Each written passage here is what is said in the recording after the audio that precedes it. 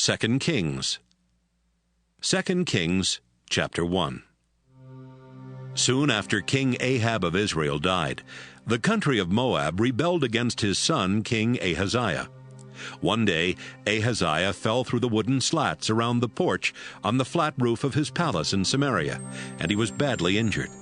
So he sent some messengers to the town of Ekron, with orders to ask the god Beelzebub if he would get well. About the same time, an angel from the Lord sent Elijah the prophet from Tishbe to say to the king's messengers, Ahaziah has rejected Israel's own God by sending you to ask Beelzebub about his injury. Tell him that because he has done this, he's on his deathbed. And Elijah did what he was told. When the messengers returned to Ahaziah, he asked, "Why are you back so soon?" "A man met us along the road with a message for you from the Lord." They answered. "The Lord wants to know why you sent us to ask Beelzebub about your injury, and why you don't believe there's a God in Israel. The man also told us that the Lord says you're going to die." What did the man look like? Ahaziah asked. "He was hairy and had a leather belt around his waist." They answered. It must be Elijah, replied Ahaziah.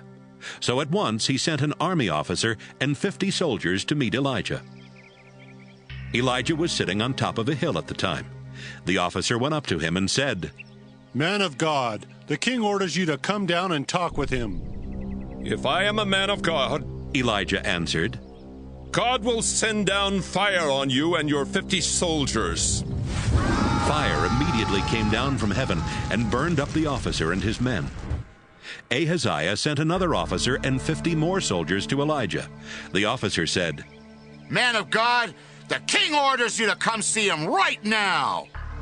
"If I am a man of God," Elijah answered, "fire will destroy you and your 50 soldiers." And God sent down fire from heaven on the officer and his men.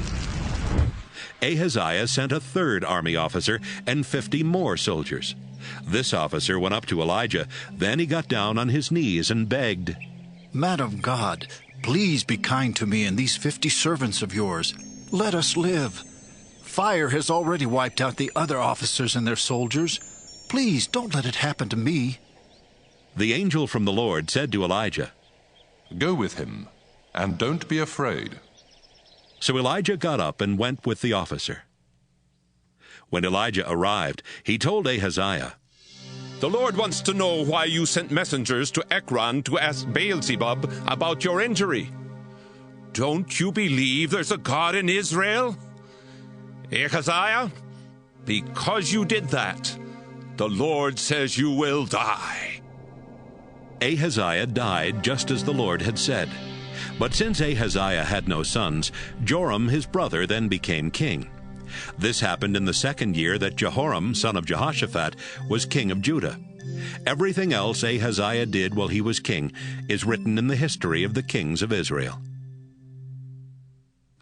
2 Kings, chapter 2. Not long before the Lord took Elijah up into heaven in a strong wind, Elijah and Elisha were leaving Gilgal.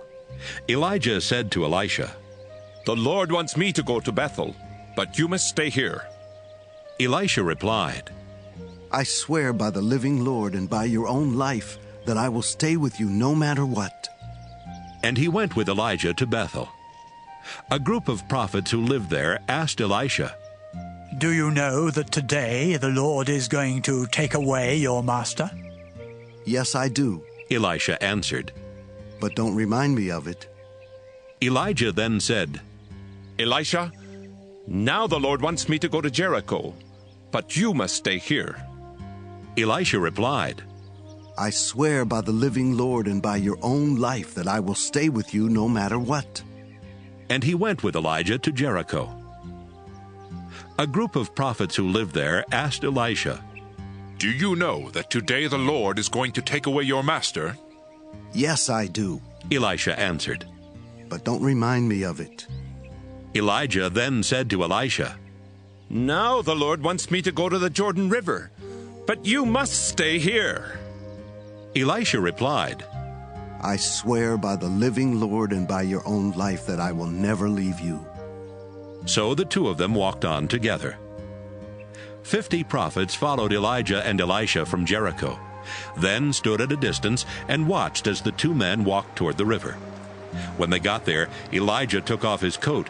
Then he rolled it up and struck the water with it. At once a path opened up through the river, and the two of them walked across on dry ground.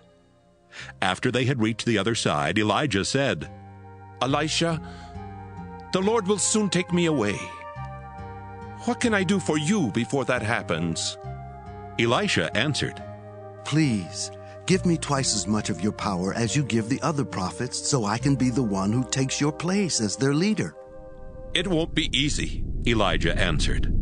"It can happen only if you see me, as I'm being taken away." Elijah and Elisha were walking along and talking, when suddenly there appeared between them a flaming chariot pulled by fiery horses. Right away a strong wind took Elijah up into heaven. Elisha saw this and shouted, "Israel's cavalry and chariots have taken my master away." After Elijah had gone, Elisha tore his clothes in sorrow. Elijah's coat had fallen off, so Elisha picked it up and walked back to the Jordan River. He struck the water with the coat and wondered, "Will the Lord perform miracles for me as he did for Elijah?" As soon as Elisha did this, a dry path opened up through the water, and he walked across. When the prophets from Jericho saw what happened, they said to each other, "Elisha now has Elijah's power." They walked over to him, bowed down, and said, "There are 50 strong men here with us. Please let them go look for your master. Maybe the Spirit of the Lord carried him off to some mountain or valley." "No," Elisha replied. "They won't find him." They kept begging until he was embarrassed to say no. He finally agreed, and the prophet sent the men out. They looked 3 days for Elijah, but never found him. They returned to Jericho, and Elisha said, "I told you that you wouldn't find him." One day the people of Jericho said, "Elisha, you can see that our city is in a good spot, but the water from our spring is so bad that it even keeps our crops from growing." He replied, "Put some salt in a new bowl and bring it to me." They brought him the bowl of salt, and he carried it to the spring. He threw the salt into the water and said, "The Lord has made this water pure again. From now on you'll be able to grow crops, and no one will starve." The water has been fine ever since, just as Elisha said. Elisha left and headed toward Bethel. Along the way, some boys started making fun of him by shouting, "Go away, Baldy! Get out of here!" Elisha turned around and stared at the boys. Then he cursed them in the name of the Lord. Right away, 2 bears ran out of the woods and ripped to pieces 42 of the boys. Elisha went up to Mount Carmel, then returned to Samaria. 2 Kings, chapter 3. Joram, son of Ahab, became king of Israel in Jehoshaphat's 18th year as king of Judah. Joram ruled 12 years from Samaria and disobeyed the Lord by doing wrong. He tore down the stone image his father had made to honor Baal, and so he wasn't as sinful as his parents. But he kept doing the sinful things that Jeroboam, son of Nebat, had led Israel to do. For many years, the country of Moab had been controlled by Israel and was forced to pay taxes to the kings of Israel. King Mesha of Moab raised sheep, so he paid the king of Israel 100,000 lambs and the wool from 100,000 rams. But soon after the death of Ahab, Mesha rebelled against Israel. One day Joram left Samaria and called together Israel's army. He sent this message to King Jehoshaphat of Judah. "The king of Moab has rebelled. Will you go with me to attack him?" "Yes, I will," Jehoshaphat answered. "I am on your side, and my soldiers and horses are at your command. But which way should we go?" "We will march through Edom Desert," Joram replied. So Joram, Jehoshaphat, and the king of Edom led their troops out. But 7 days later there was no drinking water left for them or their animals. Joram cried out, "This is terrible. The Lord must have led us out here to be captured by Moab's army." Jehoshaphat said, Which of the Lord's prophets is with us? We can find out from him what the Lord wants us to do. One of Joram's officers answered, Elisha son of Shaphat is here. He was one of Elijah's closest followers. Jehoshaphat replied, He can give us the Lord's message. The three kings went over to Elisha, and he asked Joram, Why did you come to me? Go talk to the prophets of the foreign gods your parents worshipped. No, Joram answered. It was the Lord who led us out here so that Moab's army could capture us. Elisha said to him, I serve the Lord all-powerful, and as surely as he lives, I swear I wouldn't even look at you if I didn't respect King Jehoshaphat. Then Elisha said, Send for someone who can play the harp. The harpist began playing, and the Lord gave Elisha this message for Joram. The Lord says that this dry riverbed will be filled with water. You won't feel any wind or see any rain, but there will be plenty of water for you and your animals. That simple thing isn't all the Lord is going to do. He will also help you defeat Moab's army.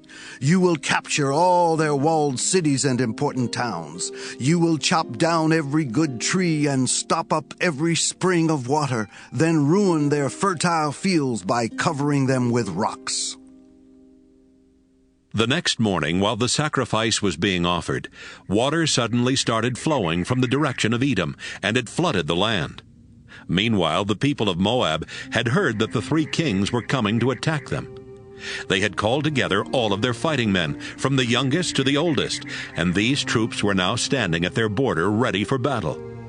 When they got up that morning, the sun was shining across the water, making it look red. The Moabite troops took one look and shouted, Look at that blood! The armies of those kings must have fought and killed each other.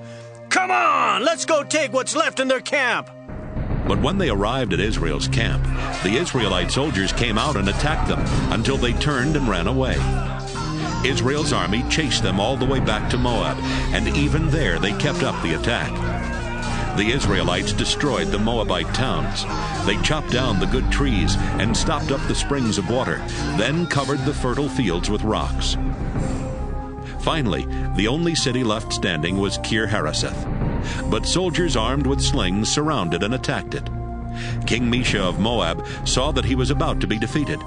So he took along 700 soldiers with swords and tried to break through the front line where the Edomite troops were positioned.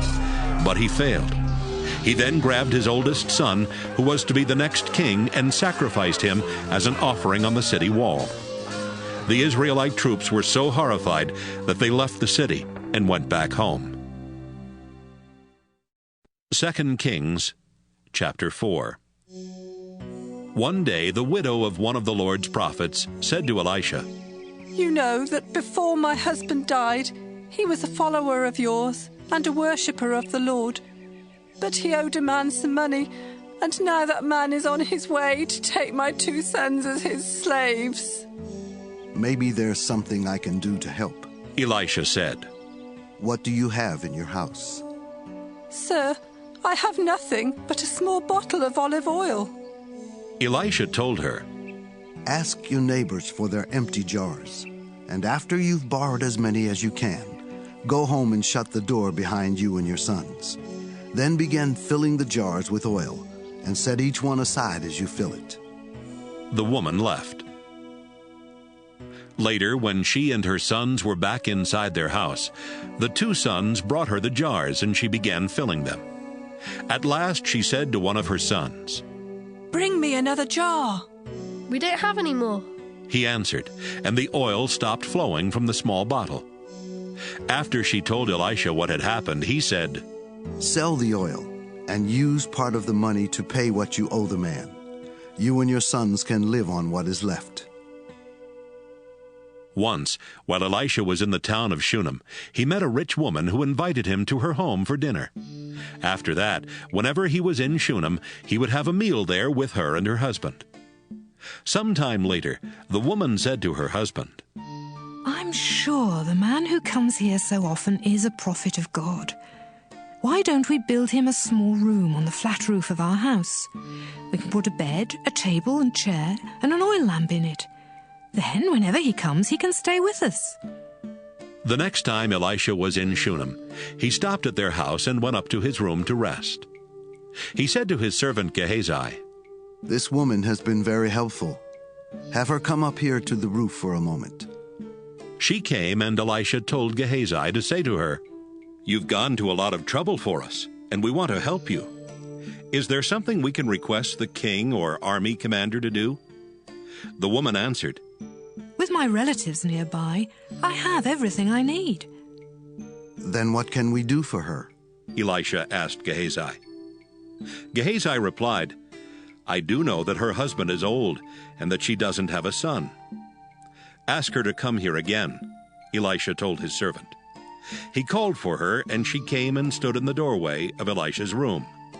Elisha said to her, "Next year at this time, you'll be holding your own baby son in your arms." You're a man of God. The woman replied. Please, don't lie to me. But a few months later, the woman got pregnant. She gave birth to a son just as Elisha had promised. One day, while the boy was still young, he was out in the fields with his father, where the workers were harvesting the crops. Suddenly he shouted, "My head hurts! It hurts a lot!" "Carry him back to his mother," the father said to his servant. The servant picked up the boy and carried him to his mother. The boy lay on her lap all morning, and by noon he was dead. She carried him upstairs to Elisha's room and laid him across the bed. Then she walked out and shut the door behind her. The woman called to her husband. I need to see the prophet. Let me use one of the donkeys. Send a servant along with me and let me leave now so I can get back quickly. "Why do you need to see him today?" her husband asked. "It's not the Sabbath or time for the new moon festival." That's all right, she answered. She saddled the donkey and said to her servant, Let's go, and don't slow down unless I tell you to. She left at once for Mount Carmel to talk with Elisha. When Elisha saw her coming, he said, "Gehazi, look, it's the woman from Shunem. Run and meet her, and ask her if everything is all right with her and her family." Everything is fine, she answered Gehazi. But as soon as she got to the top of the mountain, she went over and grabbed Elisha by the feet. Gehazi started toward her to push her away when Elisha said, "Leave her alone. Don't you see how sad she is? But the Lord hasn't told me why." The woman said, Sir, I begged you not to get my hopes up, and I didn't even ask you for a son. "Gehazi, get ready and go to her house," Elisha said.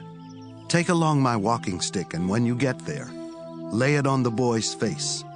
Don't stop to talk to anyone, even if they try to talk to you."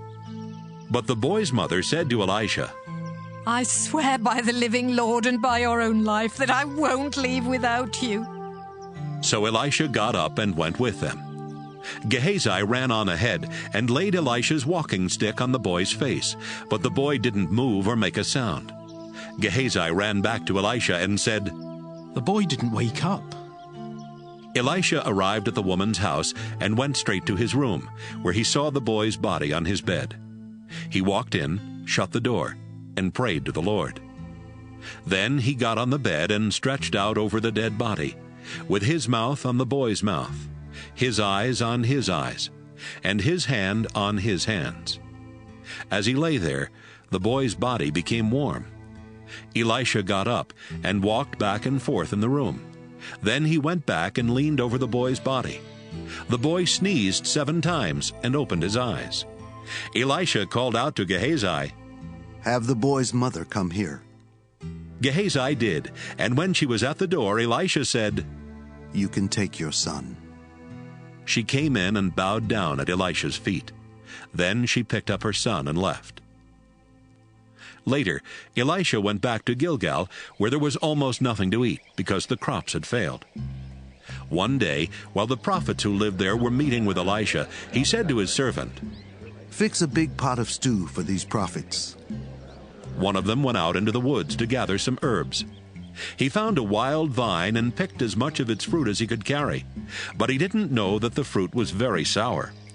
When he got back, he cut up the fruit and put it in the stew. The stew was served, and when the prophets started eating it, they shouted, Elisha, this stew tastes terrible. We can't eat it. Bring me some flour, Elisha said. He sprinkled the flour in the stew and said, "Now serve it to them." And the stew tasted fine. A man from the town of Baal-Shalisha brought Elisha some freshly cut grain and 20 loaves of bread made from the first barley that was harvested. Elisha said, "Give it to the people so they can eat." "There's not enough here for 100 people," his servant said. "Just give it to them," Elisha replied. "The Lord has promised there will be more than enough." So the servant served the bread and grain to the people. They ate and still had some left over, just as the Lord had promised. 2 Kings, chapter 5. Naaman was the commander of the Syrian army. The Lord had helped him and his troops defeat their enemies, so the king of Syria respected Naaman very much. Naaman was a brave soldier, but he had leprosy. One day, while the Syrian troops were raiding Israel, they captured a girl, and she became a servant of Naaman's wife. Sometime later, the girl said, "If your husband Naaman would go to the prophet in Samaria, he would be cured of his leprosy." When Naaman told the king what the girl had said, the king replied, "Go ahead. I will give you a letter to take to the king of Israel." Naaman left and took along 750 pounds of silver, 150 pounds of gold, and 10 new outfits. He also carried the letter to the king of Israel. It said, "I am sending my servant Naaman to you. Would you cure him of his leprosy?" When the king of Israel read the letter, he tore his clothes in fear and shouted, "That Syrian king believes I can cure this man of leprosy. Does he think I'm God with power over life and death? He must be trying to pick a fight with me." As soon as Elisha the prophet heard what had happened, he sent the Israelite king this message, "Why are you so afraid? Send the man to me, so that he will know there is a prophet in Israel." Naaman left with his horses and chariots and stopped at the door of Elisha's house. Elisha sent someone outside to say to him, "Go wash 7 times in the Jordan River. Then you will be completely cured." But Naaman stormed off, grumbling, "Why couldn't he come out and talk to me? I thought for sure he would stand in front of me and pray to the Lord his God, then wave his hand over my skin and cure me. What about the Abana River or the Pharpar River? Those rivers in Damascus are just as good as any river in Israel. I could have washed in them and been cured." His servants went over to him and said, "Sir, if the prophet had told you to do something difficult, you would have done it. So why don't you do what he said? Go wash and be cured." Naaman walked down to the Jordan.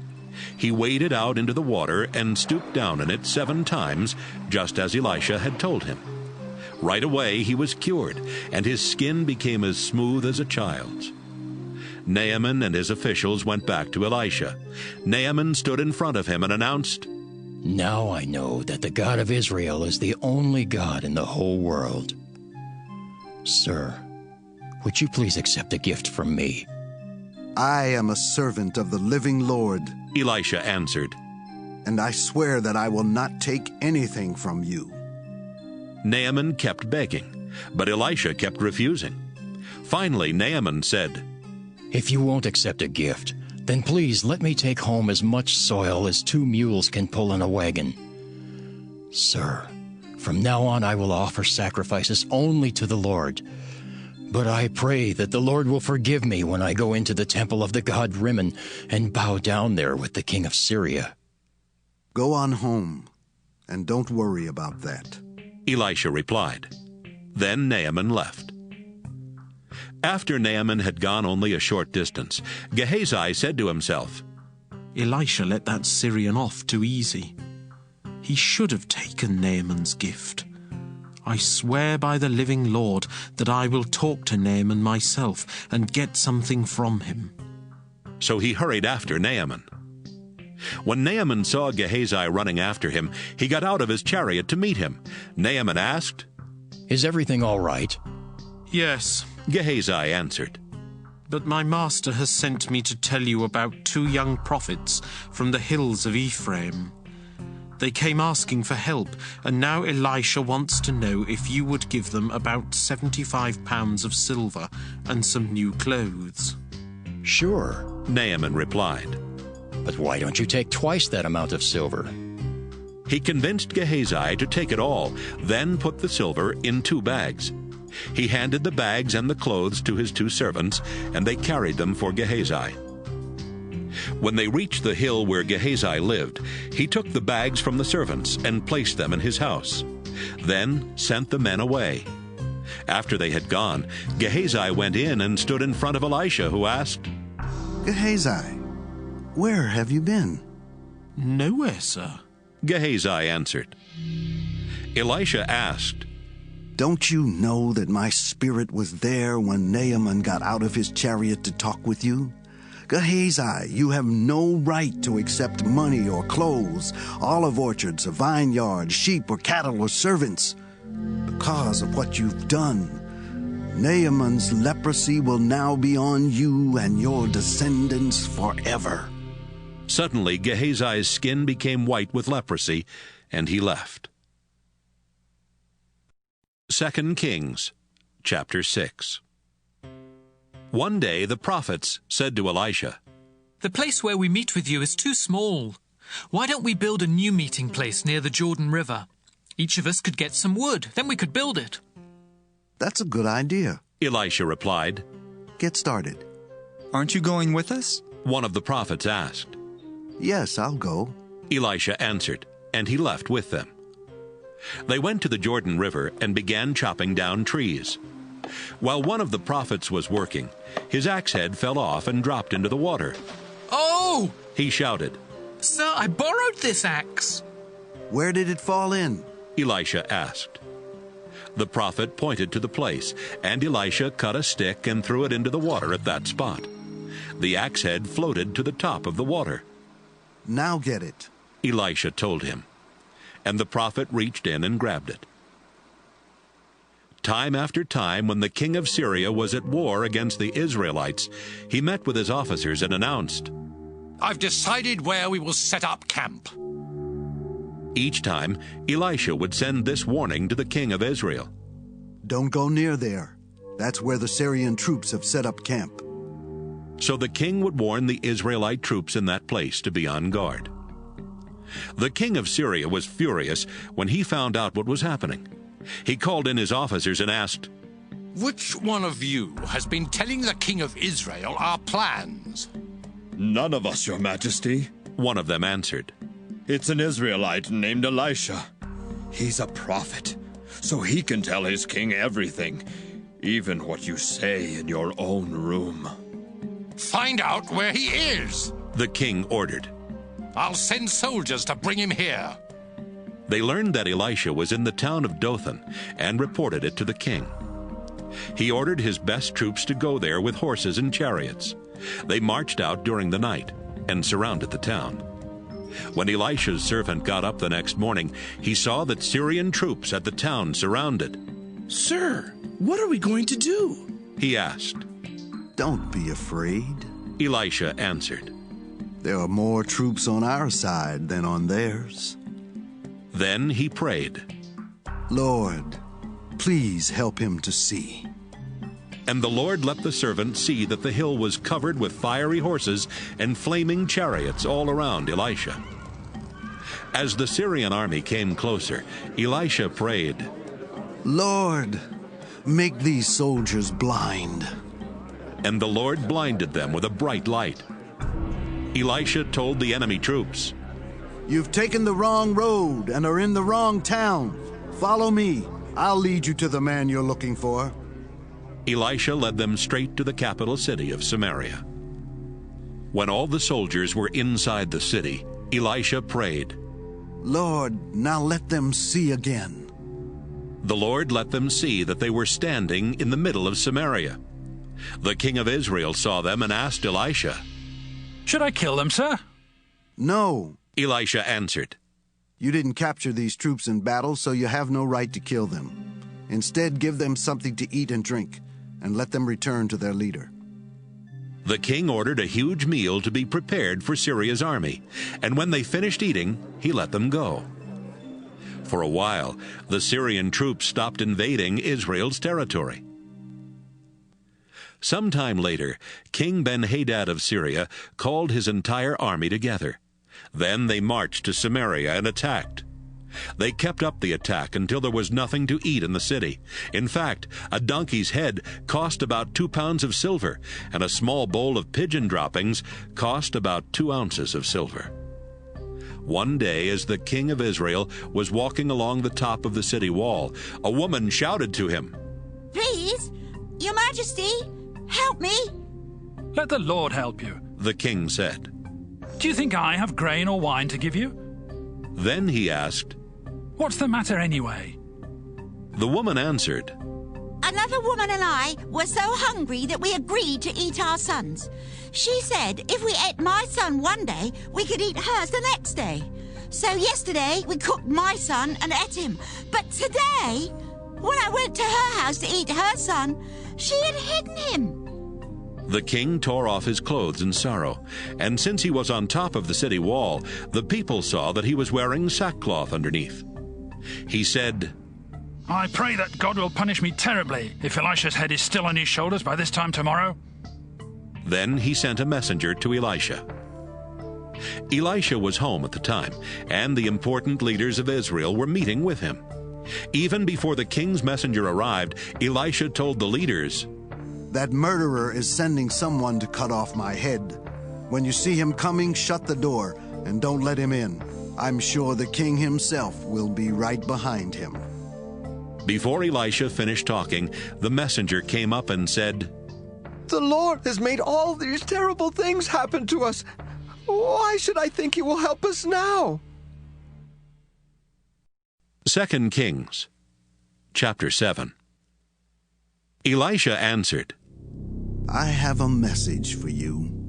The Lord promises that tomorrow here in Samaria you will be able to buy a large sack of flour or 2 large sacks of barley for almost nothing." The chief officer there with the king replied, "I don't believe it. Even if the Lord sent a rainstorm, it couldn't produce that much grain by tomorrow." "You will see it happen, but you won't eat any of the food." Elisha warned him. About the same time, 4 men with leprosy were just outside the gate of Samaria. They said to each other, "Why should we sit here waiting to die? There's nothing to eat in the city, so we would starve if we went inside." "But if we stay out here, we will die for sure. Let's sneak over to the Syrian army camp and surrender.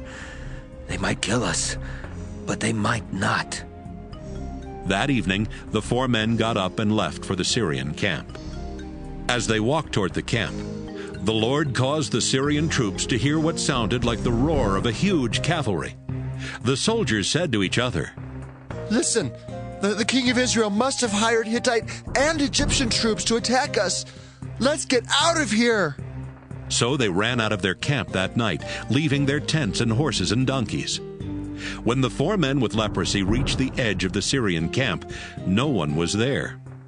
They walked into one of the tents, where they ate and drank, before carrying off clothes as well as silver and gold. They hid all this, then walked into another tent. They took what they wanted and hid it too. They said to each other, "This isn't right. Today is a day to celebrate, and we haven't told anyone else what has happened. If we wait until morning, we'll be punished. Let's go to the king's palace right now and tell the good news." They went back to Samaria and shouted up to the guards at the gate, "We've just come from the Syrian army camp, and all the soldiers are gone. The tents are empty, and the horses and donkeys are still tied up. We didn't see or hear anybody." The guards reported the news to the king's palace. The king got out of bed and said to his officers, "I know what those Syrians are doing. They know we're starving, so they're hiding in the fields, hoping we will go out to look for food. When we do, they can capture us and take over our city." One of his officers replied, "We have a few horses left. Why don't we let some men take 5 of them and go down to the Syrian camp and see what's happening? We're going to die anyway, like those who have already died." They found 2 chariots, and the king commanded the men to find out what had happened to the Syrian troops. The men rode as far as the Jordan River. All along the way, they saw clothes and equipment that the Syrians had thrown away as they escaped. Then they went back to the king and told him what they had seen. At once, the people went to the Syrian camp and carried off what was left.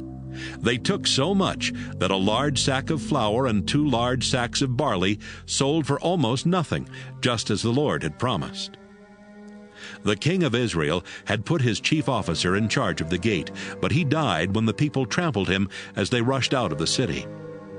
Earlier, when the king was at Elisha's house, Elisha had told him that flour or barley would sell for almost nothing. But the officer refused to believe that even the Lord could do that. So Elisha warned him that he would see it happen, but would not eat any of the food. And that's exactly what happened. The officer was trampled to death. 2 Kings, chapter 8. Elisha told the woman whose son he had brought back to life, "The Lord has warned that there will be no food here for 7 years. Take your family and go live somewhere else for a while." The woman did exactly what Elisha had said and went to live in Philistine territory. She and her family lived there 7 years. Then she returned to Israel and immediately begged the king to give back her house and property. Meanwhile, the king was asking Gehazi, the servant of Elisha, about the amazing things Elisha had been doing. While Gehazi was telling him that Elisha had brought a dead boy back to life, the woman and her son arrived. "Here's the boy, Your Majesty," Gehazi said. "And this is his mother." The king asked the woman to tell her story, and she told him everything that had happened. He then said to one of his officials, "I want you to make sure that this woman gets back everything that belonged to her, including the money her crops have made since the day she left Israel." Sometime later, Elisha went to the capital city of Damascus to visit King Ben-Hadad of Syria, who was sick. And when Ben-Hadad was told he was there, he said to Hazael, "Go meet with Elisha, the man of God, and have him ask the Lord if I will get well, and take along a gift for him." Hazael left with 40 camel loads of the best things made in Damascus as a gift for Elisha. He found the prophet and said, "Your servant King Ben-Hadad wants to know if he will get well." "Tell him he will," Elisha said to Hazael. "But the Lord has already told me that Ben-Hadad will definitely die." Elisha stared at him until Hazael was embarrassed. Then Elisha began crying. "Sir, why are you crying?" Hazael asked. Elisha answered, "Because I know the terrible things you will do to the people of Israel. You will burn down their walled cities and slaughter their young men. You will even crush the heads of their babies and rip open their pregnant women." "How could I ever do anything like that?" Hazael replied. "I'm only a servant and don't have that kind of power." "Hazael, the Lord has told me that you will be the next king of Syria." Hazael went back to Ben-Hadad and told him, "Elisha said that you will get well." But the very next day, Hazael got a thick blanket. He soaked it in water and held it over Ben-Hadad's face until he died. Hazael then became king. Jehoram, son of Jehoshaphat, became king of Judah in Joram's 5th year as king of Israel, while Jehoshaphat was still king of Judah.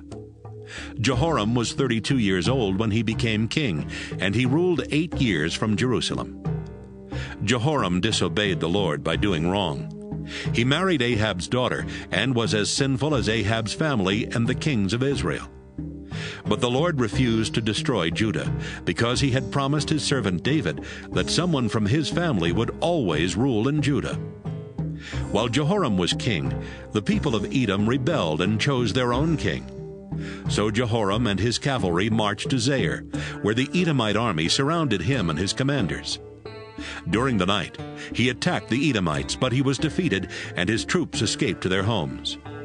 Judah was never able to regain control of Edom.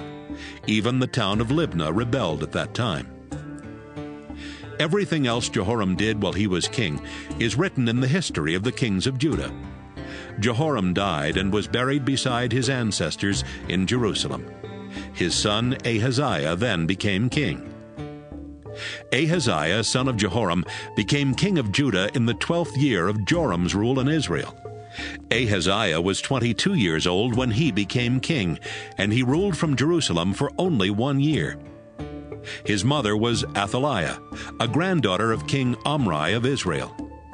Since Ahaziah was related to Ahab's family, he acted just like them and disobeyed the Lord by doing wrong. Ahaziah went with King Joram of Israel to attack King Hazael and the Syrian troops at Ramoth in Gilead. Joram was wounded in that battle, so he went to the town of Jezreel to recover. Ahaziah went there to visit him. 2 Kings, chapter 9. One day, Elisha called for one of the other prophets and said, "Take this bottle of olive oil and get ready to go to the town of Ramoth in Gilead. When you get there, find Jehu, son of Jehoshaphat and grandson of Nimshi. Take him to a place where the two of you can be alone. Then pour olive oil on his head to show that he is the new king. Say to him, 'The Lord has chosen you to be king of Israel.' Then leave quickly. Don't wait around for anything." The young prophet left for Ramoth. When he arrived, the army officers were meeting together. "Sir, I have a message for you," he said. "For which one of us?" Jehu asked. "You, sir," the prophet answered. So Jehu got up and went inside. The prophet poured olive oil on Jehu's head and told him, "The Lord God of Israel has this message for you. I am the Lord, and I have chosen you to be king of my people Israel. I want you to wipe out the family of Ahab, so Jezebel will be punished for killing the prophets and my other servants. Every man and boy in Ahab's family must die, whether slave or free. His whole family must be destroyed, just like the families of Jeroboam, son of Nebat, and Baasha, son of Ahijah. As for Jezebel, her body will be eaten by dogs in the town of Jezreel. There won't be enough left of her to bury." Then the young prophet opened the door and ran out. Jehu went back to his officers, and one of them asked, "What did that crazy prophet want? Is everything all right?" "You know him and how he talks," Jehu answered. "No, we don't. What did he say?" They asked. "He had a message from the Lord," Jehu replied. "He said that the Lord has chosen me to be the next king of Israel." They quickly grabbed their coats and spread them out on the steps where Jehu was standing. Someone blew a trumpet, and everyone shouted, "Jehu is king!" King Joram of Israel had been badly wounded in the battle at Ramoth, trying to defend it against King Hazael and the Syrian army. Joram was now recovering in Jezreel, and King Ahaziah of Judah was there visiting him. Meanwhile, Jehu was in Ramoth, making plans to kill Joram. He said to his officers, "If you want me to be king, then don't let anyone leave this town. They might go to Jezreel and tell Joram." Then Jehu got in his chariot and rode to Jezreel. When the guard in the watchtower at Jezreel saw Jehu and his men riding up, he shouted to the king, "I see a bunch of men coming this way." Joram ordered, "Send someone out to ask them if this is a friendly visit." One of the soldiers rode out and said to Jehu, "King Joram wants to know if this is a friendly visit." "What's it to you?" Jehu asked. "Just stay behind me with the rest of my troops." About the same time, the guard in the watchtower said, "Your Majesty, the rider got there, but he isn't coming back." So Joram sent out another rider who rode up to Jehu and said, "The king wants to know if this is a friendly visit." "What's it to you?" Jehu asked. "Just get behind me with the rest of my troops." The guard in the watchtower said, "Your Majesty, the rider got there, but he isn't coming back either. Wait a minute. That one man is a reckless chariot driver. It must be Jehu." Joram commanded, "Get my chariot ready." Then he and Ahaziah got in their chariots and rode out to meet Jehu.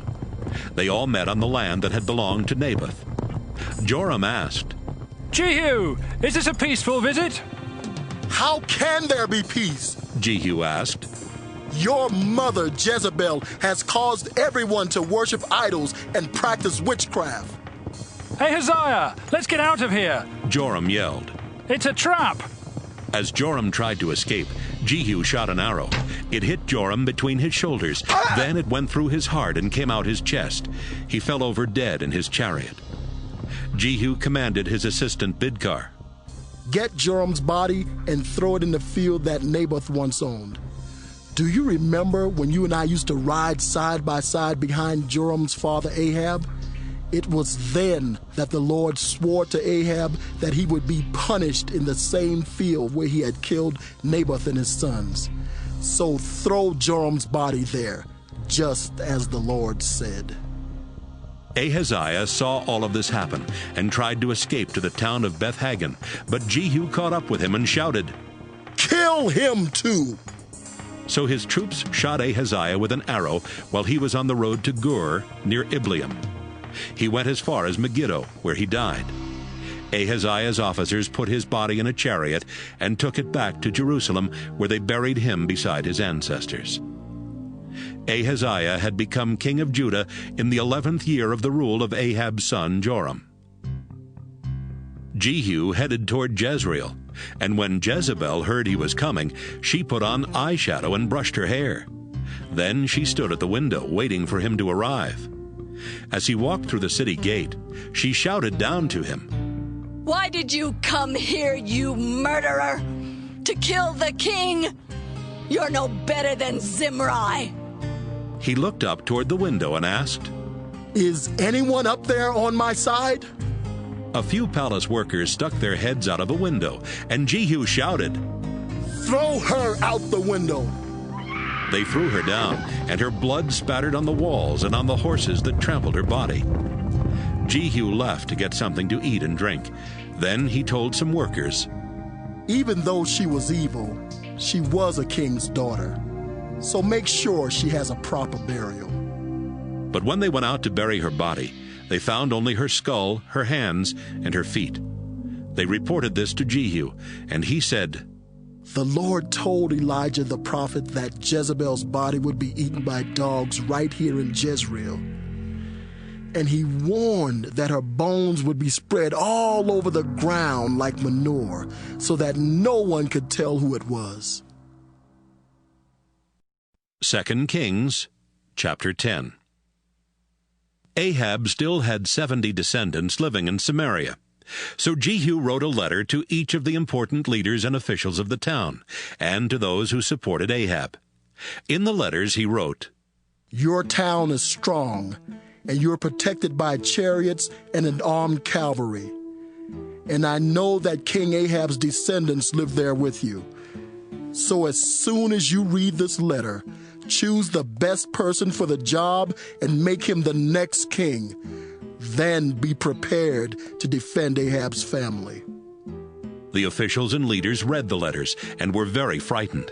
They said to each other, "Jehu has already killed King Joram and King Ahaziah. We have to do what he says." The prime minister, the mayor of the city, as well as the other leaders and Ahab's supporters, sent this answer to Jehu.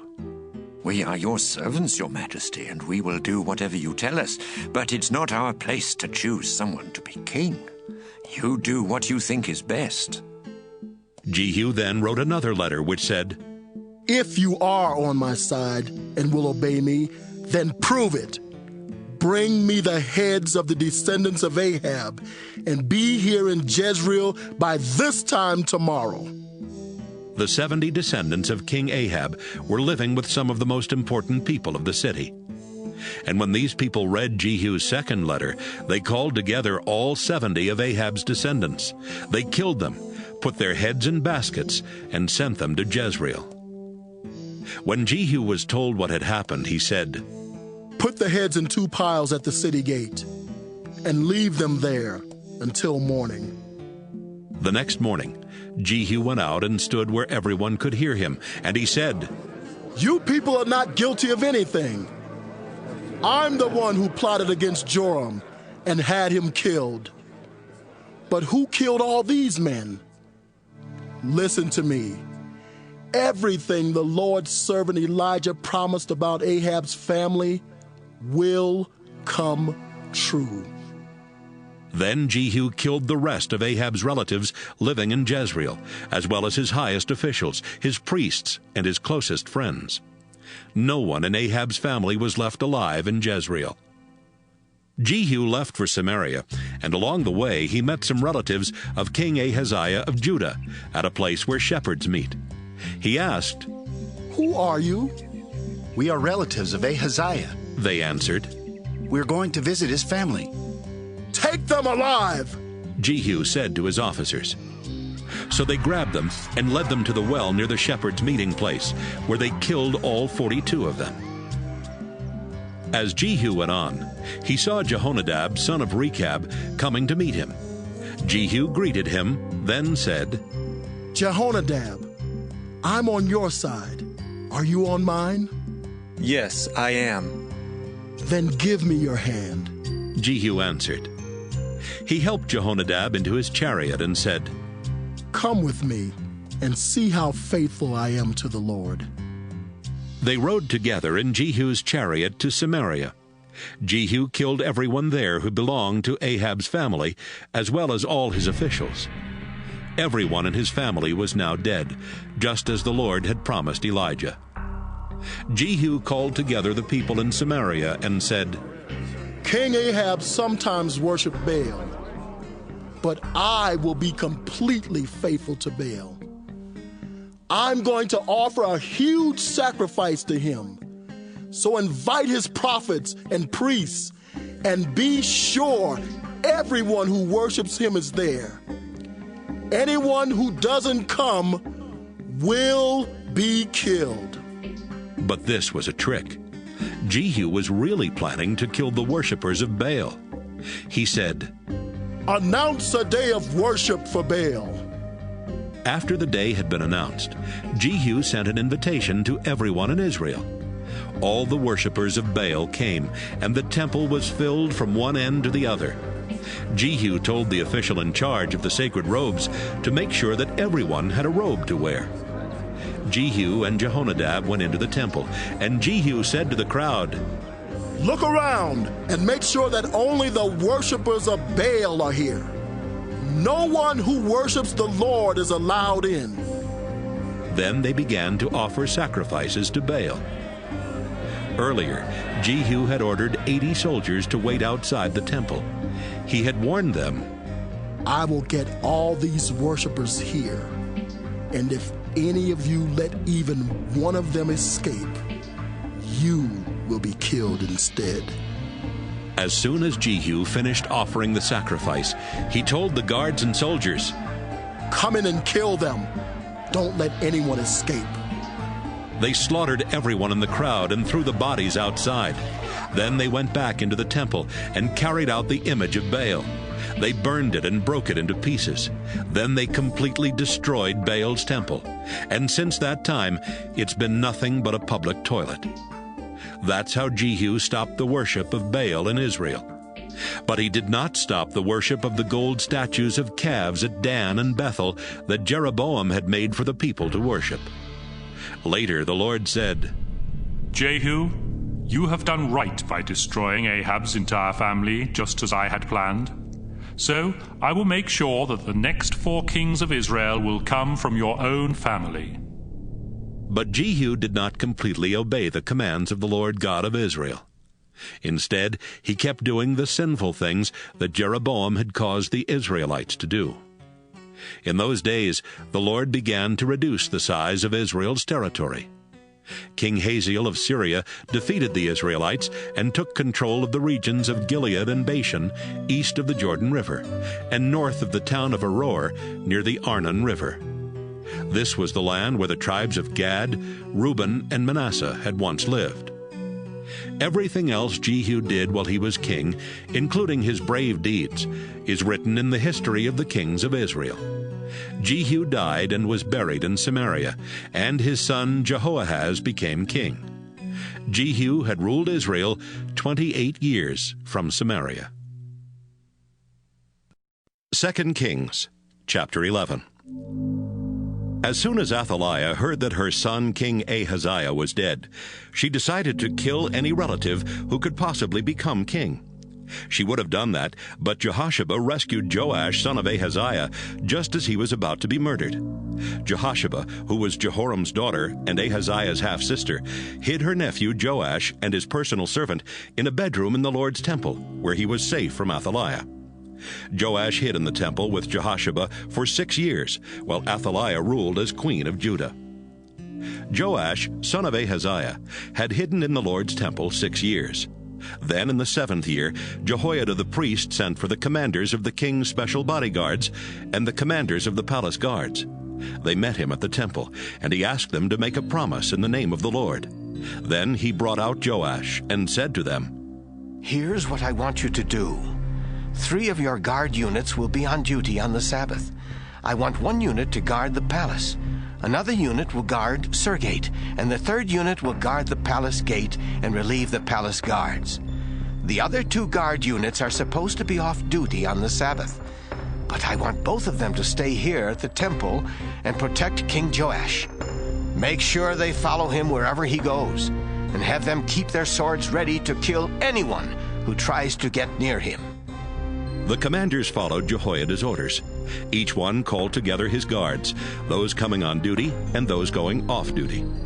Jehoiada brought out the swords and shields that had belonged to King David and gave them to the commanders. Then they gave the weapons to their guards, who took their positions around the temple and the altar to protect Joash on every side. Jehoiada brought Joash outside, where he placed the crown on his head and gave him a copy of instructions for ruling the nation. Olive oil was poured on his head to show that he was now king, while the crowd clapped and shouted, "Long live the king!" Queen Athaliah heard the crowd and went to the temple. There she saw Joash standing by one of the columns, which was the usual place for the king. The singers and the trumpet players were standing next to him, and the people were celebrating and blowing trumpets. Athaliah tore her clothes in anger and shouted, "You betrayed me! You traitors!" Right away, Jehoiada said to the army commanders, "Kill her, but don't do it anywhere near the Lord's temple. Take her out in front of the troops and kill anyone who is with her." So the commanders dragged her to the gate where horses are led into the palace, and they killed her there. Jehoiada the priest asked King Joash and the people to promise that they would be faithful to each other and to the Lord. Then the crowd went to the temple built to honor Baal and tore it down. They smashed the altars and idols and killed Mattan, the priest of Baal, right in front of the altars. After Jehoiada had placed guards around the Lord's temple, he called together all the commanders, the king's special bodyguards, the palace guards, and the people. They led Joash from the temple through the guards' gate and into the palace. He took his place on the throne and became king of Judah. Everyone celebrated because Athaliah had been killed and Jerusalem was peaceful again. Joash was only 7 years old when this happened. 2 Kings Chapter 12. Joash became king of Judah in Jehu's 7th year as king of Israel, and he ruled 40 years from Jerusalem. His mother Zibiah was from the town of Beersheba. Jehoiada the priest taught Joash what was right, and so for the rest of his life Joash obeyed the Lord. But even Joash did not destroy the local shrines, and they were still used as places for offering sacrifices. One day, Joash said to the priests, "Collect all the money that has been given to the Lord's temple, whether from taxes or gifts, and use it to repair the temple. You priests can contribute your own money too." But the priests never started repairing the temple. So in the 23rd year of his rule, Joash called for Jehoiada and the other priests and said, "Why aren't you using the money to repair the temple? Don't take any more money for yourselves. It is only to be used to pay for the repairs." The priests agreed that they would not collect any more money or be in charge of the temple repairs. Jehoiada found a wooden box. He cut a hole in the top of it and set it on the right side of the altar where people went into the temple. Whenever someone gave money to the temple, the priests guarding the entrance would put it into this box. When the box was full of money, the king's secretary and the chief priest would count the money and put it in bags. Then they would give it to the men supervising the repairs to the temple.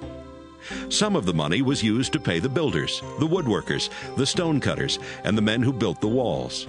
And some was used to buy wood and stone, and to pay any other costs for repairing the temple. While the repairs were being made, the money that was given to the temple was not used to make silver bowls, lamp snuffers, small sprinkling bowls, trumpets, or anything gold or silver for the temple. It went only to pay for repairs.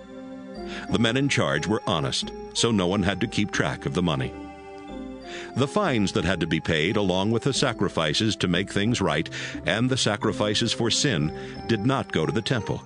This money belonged only to the priests.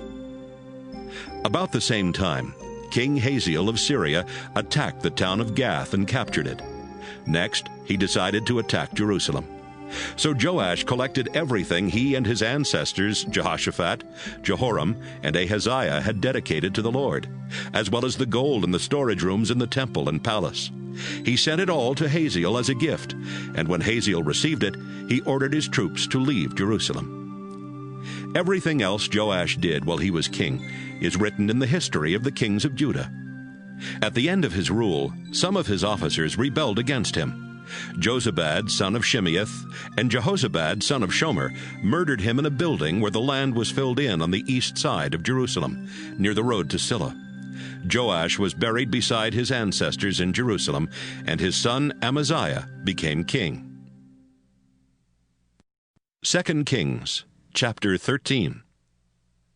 Jehoahaz, son of Jehu, became king of Israel in the 23rd year of Joash's rule in Judah. Jehoahaz ruled 17 years from Samaria and disobeyed the Lord by doing wrong. He never stopped following the example of Jeroboam, who had caused the Israelites to sin. The Lord was angry at the Israelites, so he let King Hazael of Syria and his son Ben-Hadad rule over them for a long time. Jehoahaz prayed to the Lord for help, and the Lord saw how terribly Hazael was treating the Israelites. He answered Jehoahaz by sending Israel a leader who rescued them from the Syrians, and the Israelites lived in peace as they had before. But Hazael had defeated Israel's army so badly that Jehoahaz had only 10 chariots, 50 cavalry troops, and 10,000 regular soldiers left in his army.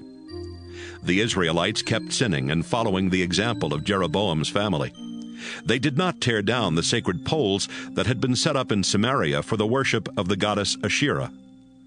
Everything else Jehoahaz did while he was king, including his brave deeds, is written in the history of the kings of Israel. Jehoahaz died and was buried in Samaria, and his son Jehoash became king. Jehoash became king of Israel in the 37th year of Joash's rule in Judah, and he ruled 16 years from Samaria. He disobeyed the Lord by doing just like Jeroboam, who had caused the Israelites to sin. Everything else Jehoash did while he was king, including his war against King Amaziah of Judah, is written in the history of the kings of Israel. Jehoash died and was buried in Samaria beside the other Israelite kings. His son Jeroboam then became king. Sometime before the death of King Jehoash, Elisha the prophet was very sick and about to die. Jehoash went in and stood beside him crying. He said, "Master, what will Israel's chariots and cavalry be able to do without you?" "Grab a bow and some arrows," Elisha told him, "and hold them in your hand." Jehoash grabbed the bow and arrows and held them. Elisha placed his hand on the king's hand and said, "Open the window facing east." When it was open, Elisha shouted, "Now shoot." Jehoash shot an arrow, and Elisha said, "That arrow is a sign that the Lord will help you completely defeat the Syrian army at Aphek." Elisha said, "Pick up the arrows and hit the ground with them." Jehoash grabbed the arrows and hit the ground 3 times, then stopped. Elisha became angry at the king and exclaimed, "If you had struck it 5 or 6 times, you would completely wipe out the Syrians. Now you will defeat them only 3 times. Elisha died and was buried. Every year in the spring, Moab's leaders sent raiding parties into Israel. Once, while some Israelites were burying a man's body, they saw a group of Moabites. The Israelites quickly threw the body into Elisha's tomb and ran away. As soon as the man's body touched the bones of Elisha, the man came back to life and stood up. Israel was under the power of King Hazael of Syria during the entire rule of Jehoahaz. But the Lord was kind to the Israelites and showed them mercy because of his solemn agreement with their ancestors, Abraham, Isaac, and Jacob. In fact, he has never turned his back on them or let them be completely destroyed. Hazael died, and his son Ben-Hadad then became king of Syria. King Jehoash of Israel attacked and defeated the Syrian army 3 times. He took back from Ben-Hadad all the towns Hazael had captured in battle from his father Jehoahaz. 2 Kings, chapter 14. Amaziah, son of Joash, became king of Judah in the 2nd year of Jehoash's rule in Israel. Amaziah was 25 years old when he became king, and he ruled 29 years from Jerusalem, which was also the hometown of his mother Jehoiakim. Amaziah followed the example of his father Joash by obeying the Lord and doing right. But he was not as faithful as his ancestor David. Amaziah did not destroy the local shrines, and they were still used as places for offering sacrifices. As soon as Amaziah had control of Israel, he arrested and killed the officers who had murdered his father. But the children of those officers were not killed. The Lord had commanded in the law of Moses that only the people who sinned were to be punished, not their parents or children. While Amaziah was king, he killed 10,000 Edomite soldiers in Salt Valley. He captured the town of Selah and renamed it Joktheel, which is still its name. One day, Amaziah sent a message to King Jehoash of Israel. "Come out and face me in battle." Jehoash sent back this reply. Once upon a time, a small thorn bush in Lebanon announced that his son was going to marry the daughter of a large cedar tree. But a wild animal came along and trampled the small bush.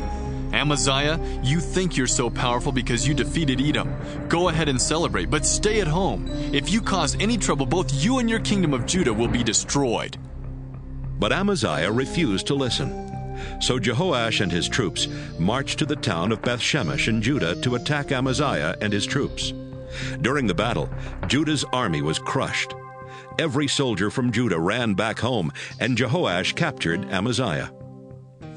Jehoash then marched to Jerusalem and broke down the city wall from Ephraim Gate to Corner Gate, a section about 600 feet long. He took the gold and silver, as well as everything of value from the Lord's temple and the king's treasury. He took hostages, then returned to Samaria.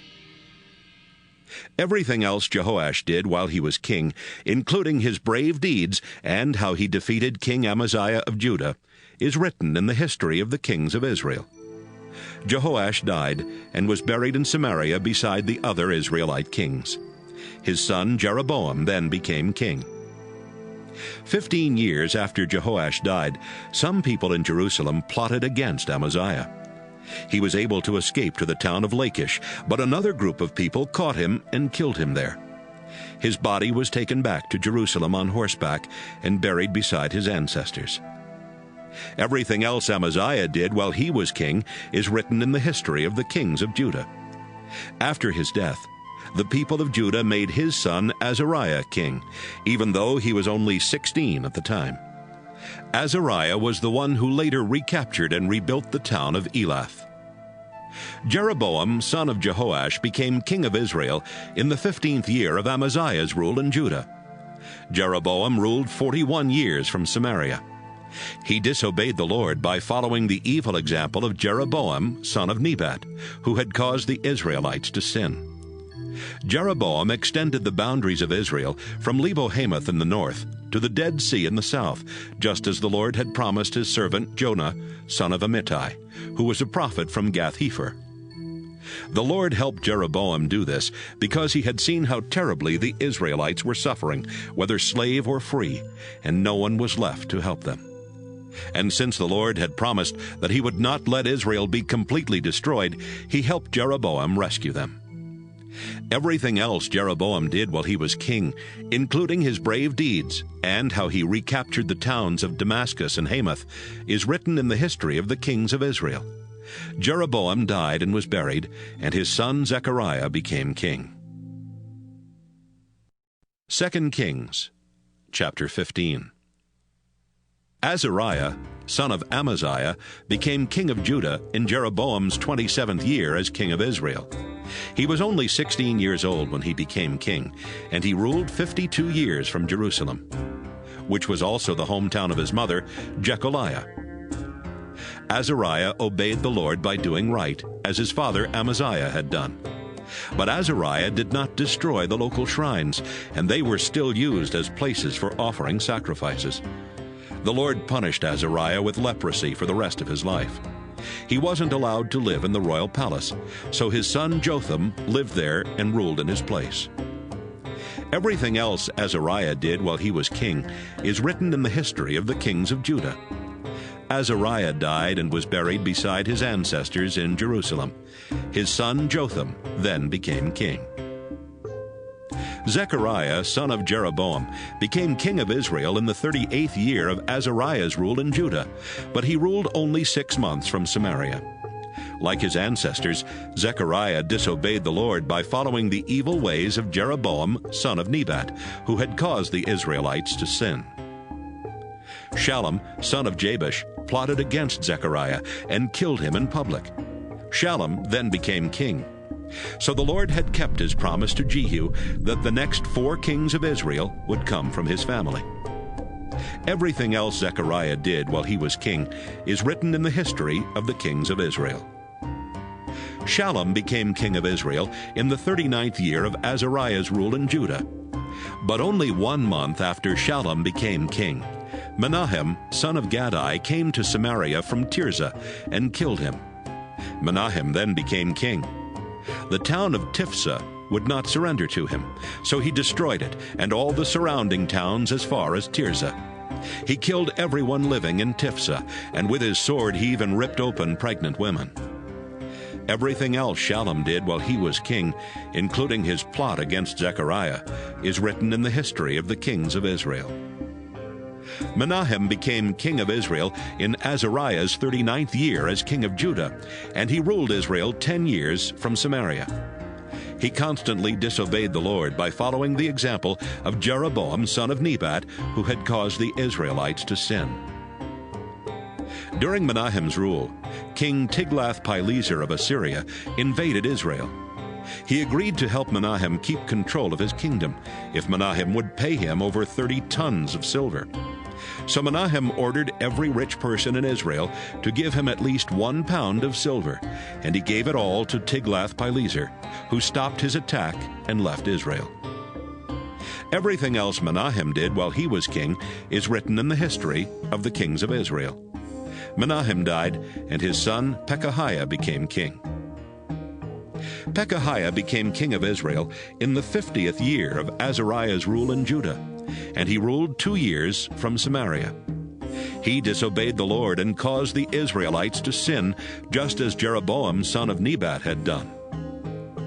Pekah, son of Remaliah, was Pekahiah's chief officer, but he made plans to kill the king. So he and 50 men from Gilead broke into the strongest part of the palace in Samaria and murdered Pekahiah, together with Argob and Ariah.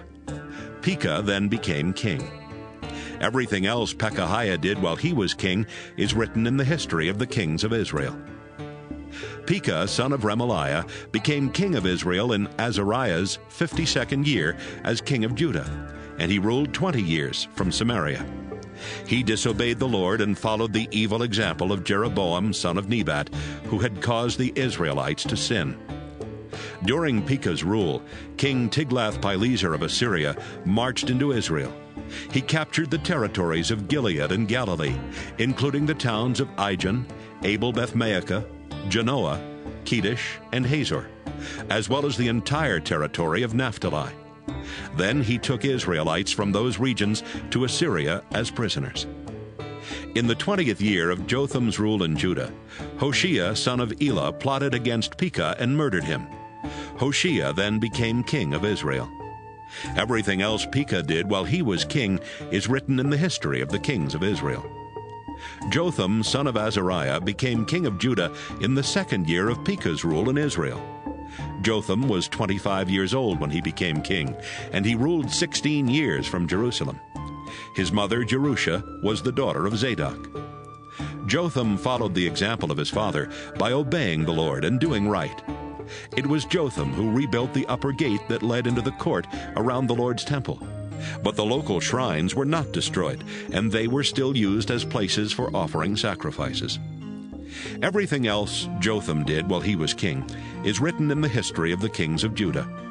During his rule, the Lord let King Rezin of Syria and King Pekah of Israel start attacking Judah. Jotham died and was buried beside his ancestors in Jerusalem, and his son Ahaz became king.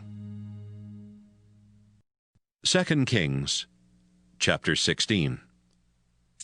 Ahaz, son of Jotham, became king of Judah in the 17th year of Pekah's rule in Israel. He was 20 years old at the time, and he ruled from Jerusalem for 16 years. Ahaz wasn't like his ancestor David. Instead, he disobeyed the Lord and was even more sinful than the kings of Israel. He sacrificed his own son, which was a disgusting custom of the nations that the Lord had forced out of Israel. Ahaz offered sacrifices at the local shrines, as well as on every hill and in the shade of large trees.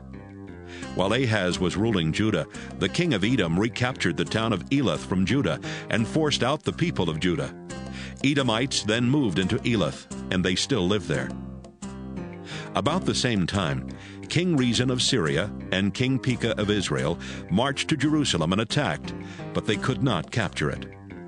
Ahaz sent a message to King Tiglath-Pileser of Assyria that said, "Your Majesty, King Rezin and King Pekah are attacking me, your loyal servant. Please come and rescue me." Along with the message, Ahaz sent silver and gold from the Lord's temple and from the palace treasury as a gift for the Assyrian king. As soon as Tiglath-Pileser received the message, he and his troops marched to Syria. He captured the capital city of Damascus. Then he took the people living there to the town of Kir as prisoners and killed King Rezin. Later, Ahaz went to Damascus to meet Tiglath-Pileser, and while Ahaz was there, he saw an altar and sent a model of it back to Uriah the priest, along with the plans for building one.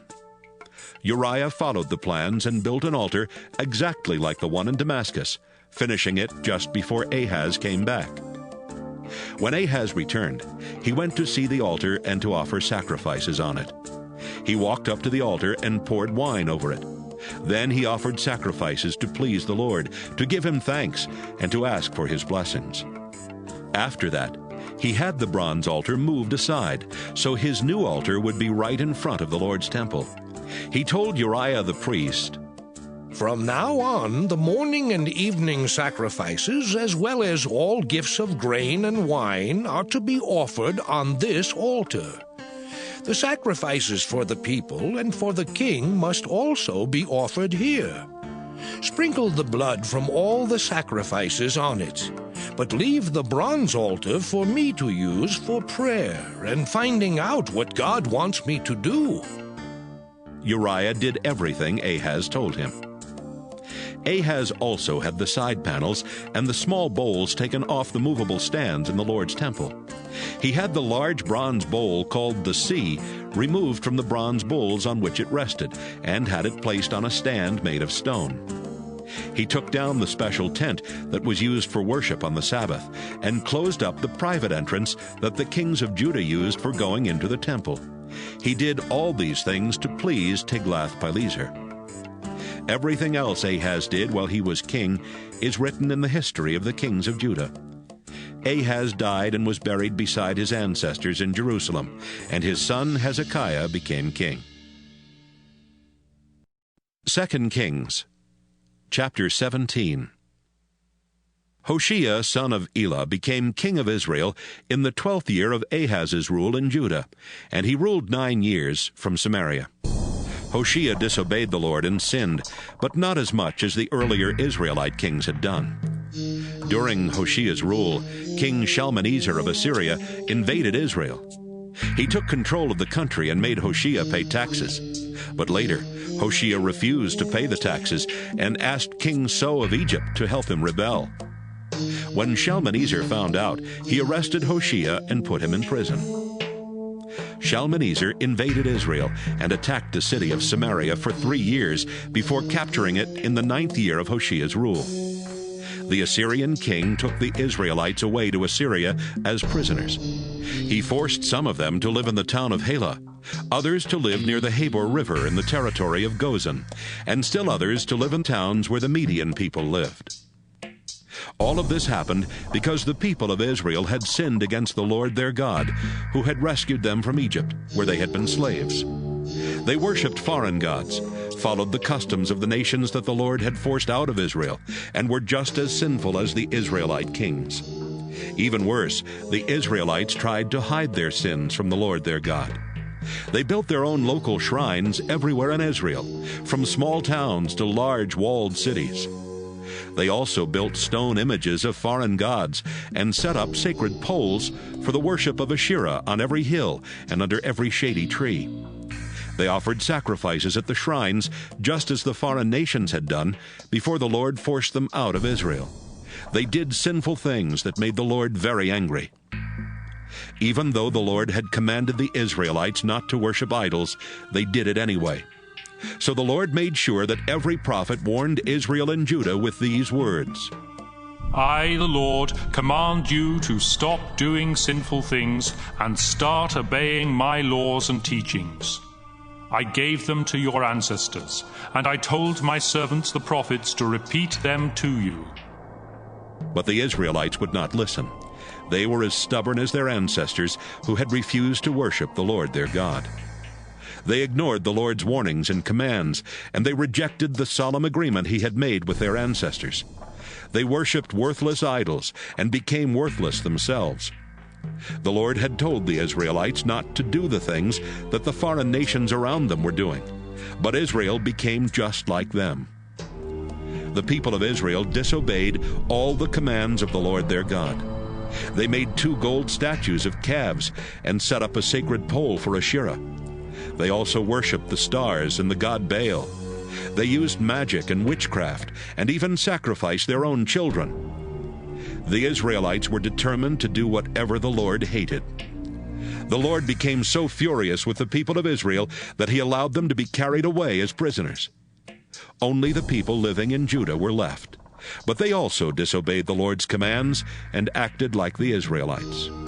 So the Lord turned his back on everyone in Israel and Judah and let them be punished and defeated until no one was left. Earlier, when the Lord took the northern tribes away from David's family, the people living in northern Israel chose Jeroboam, son of Nebat, as their king. Jeroboam caused the Israelites to sin and to stop worshiping the Lord. The people kept on sinning like Jeroboam until the Lord got rid of them, just as he had warned his servants the prophets. That's why the people of Israel were taken away as prisoners to Assyria, and that's where they remained. The king of Assyria took people who were living in the cities of Babylon, Cutha, Ava, Hamath, and Sepharvaim, and forced them to move to Israel. They took over the towns where the Israelites had lived, including the capital city of Samaria. At first, these people did not worship the Lord, so he sent lions to attack them, and the lions killed some of them. A messenger told the king of Assyria, The people you moved to Israel don't know how to worship the God of that country, so he sent lions that have attacked and killed some of them. The king replied, Get one of the Israelite priests we brought here and send him back to Israel. He can live there and teach them about the God of that country. One of the Israelite priests was chosen to go back to Israel. He lived in Bethel and taught the people how to worship the Lord. But in towns all over Israel, the different groups of people made statues of their own gods. Then they placed these idols in local Israelite shrines. The people from Babylonia made the god Succoth-Benoth. Those from Cutha made the god Nergal. Those from Hamath made Ashima. Those from Ava made Nibhaz and Tartak. And the people from Sepharvaim sacrificed their children to their own gods, Adramelech and Anamelech. They worshipped their own gods just as they had before they were taken away to Israel. They also worshipped the Lord, but they chose their own people to be priests at the shrines. Everyone followed their old customs. None of them worshipped only the Lord, and they refused to obey the laws and commands that the Lord had given to the descendants of Jacob, the man he named Israel. At the time when the Lord had made his solemn agreement with the people of Israel, he told them, "Do not worship any other gods. Do not bow down to them or offer them a sacrifice. Worship only me. I am the one who rescued you from Egypt with my mighty power. Bow down to me and offer sacrifices. Never worship any other god. Always obey my laws and teachings, and remember the solemn agreement between us." I will say it again. Do not worship any god except me. I am the Lord your God, and I will rescue you from all your enemies. But the people living in Israel ignored that command and kept on following their old customs. They did worship the Lord, but they also worshiped their own idols. Their descendants did the same thing. 2 Kings, chapter 18. Hezekiah, son of Ahaz, became king of Judah in the 3rd year of Hoshea's rule in Israel. Hezekiah was 25 years old when he became king, and he ruled 29 years from Jerusalem. His mother, Abi, was the daughter of Zechariah. Hezekiah obeyed the Lord, just as his ancestor David had done. He destroyed the local shrines, then tore down the images of foreign gods, and cut down the sacred pole for worshiping the goddess Asherah. He also smashed the bronze snake Moses had made. The people had named it Nehushtan, and had been offering sacrifices to it. Hezekiah trusted the Lord God of Israel. No other king of Judah was like Hezekiah, either before or after him. He was completely faithful to the Lord and obeyed the laws the Lord had given to Moses for the people. The Lord helped Hezekiah, so he was successful in everything he did. He even rebelled against the king of Assyria, refusing to be his servant. Hezekiah defeated the Philistine towns as far away as Gaza, from the smallest towns to the large walled cities. During the 4th year of Hezekiah's rule, which was the 7th year of Hoshea's rule in Israel, King Shalmaneser of Assyria led his troops to Samaria, the capital city of Israel. They attacked and captured it 3 years later, in the 6th year of Hezekiah's rule and the 9th year of Hoshea's rule. The king of Assyria took the Israelites away as prisoners. He forced some of them to live in the town of Halah, others to live near the Habor River in the territory of Gozan, and still others to live in towns where the Median people lived. All of that happened because the people of Israel had not obeyed the Lord their God. They rejected the solemn agreement he had made with them, and they ignored everything that the Lord's servant Moses had told them. In the 14th year of Hezekiah's rule in Judah, King Sennacherib of Assyria invaded the country and captured every walled city except Jerusalem. Hezekiah sent this message to Sennacherib, who was in the town of Lachish. "I know I am guilty of rebellion, but I will pay you whatever you want if you stop your attack." Sennacherib told Hezekiah to pay about 11 tons of silver and almost a ton of gold. So Hezekiah collected all the silver from the Lord's temple and the royal treasury. He even stripped the gold that he had used to cover the doors and doorposts in the temple. He gave it all to Sennacherib. The king of Assyria ordered his 3 highest military officers to leave Lachish and take a large army to Jerusalem. When they arrived, the officers stood on the road near the clothmakers' shops along the canal from the upper pool. They called out to Hezekiah, and 3 of his highest officials came out to meet them. One of them was Hilkiah's son Eliakim, who was the prime minister. The other 2 were Shebna, assistant to the prime minister, and Joah, son of Asaph, keeper of the government records. One of the Assyrian commanders told them, "I have a message for Hezekiah from the great king of Assyria. Ask Hezekiah why he feels so sure of himself. Does he think he can plan and win a war with nothing but words? Who is going to help him now that he has turned against the king of Assyria? Is he depending on Egypt and its king? That's the same as leaning on a broken stick, and it will go right through his hand. Is Hezekiah now depending on the Lord your God? Didn't Hezekiah tear down all except one of the Lord's altars and places of worship? Didn't he tell the people of Jerusalem and Judah to worship at that one place? The king of Assyria wants to make a bet with you people. He will give you 2,000 horses if you have enough troops to ride them. How could you even defeat our lowest-ranking officer when you have to depend on Egypt for chariots and cavalry? Don't forget that it was the Lord who sent me here with orders to destroy your nation. Eliakim, Shebna, and Joah said, Sir, we don't want the people listening from the city wall to understand what you are saying, so please speak to us in Aramaic instead of Hebrew. The Assyrian army commander answered, My king sent me to speak to everyone, not just to you leaders. These people will soon have to eat their own body waste and drink their own urine. And so will the three of you. Then, in a voice loud enough for everyone to hear, he shouted in Hebrew, Listen to what the great king of Assyria says.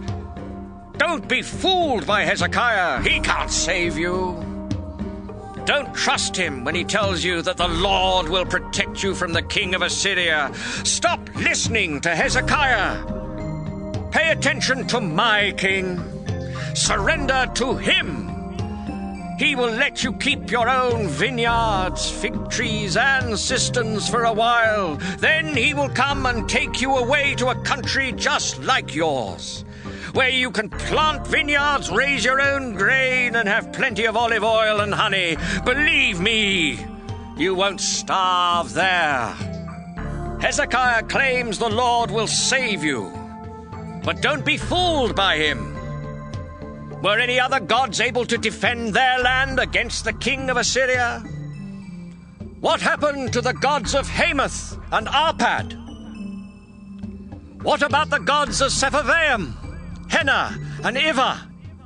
Were the gods of Samaria able to protect their land against the Assyrian forces? None of these gods kept their people safe from the king of Assyria. Do you think the Lord your God can do any better? Eliakim, Shebna, and Joah had been warned by King Hezekiah not to answer the Assyrian commander. So they tore their clothes in sorrow and reported to Hezekiah everything the commander had said. 2 Kings, chapter 19. As soon as Hezekiah heard the news, he tore off his clothes in sorrow and put on sackcloth. Then he went into the temple of the Lord.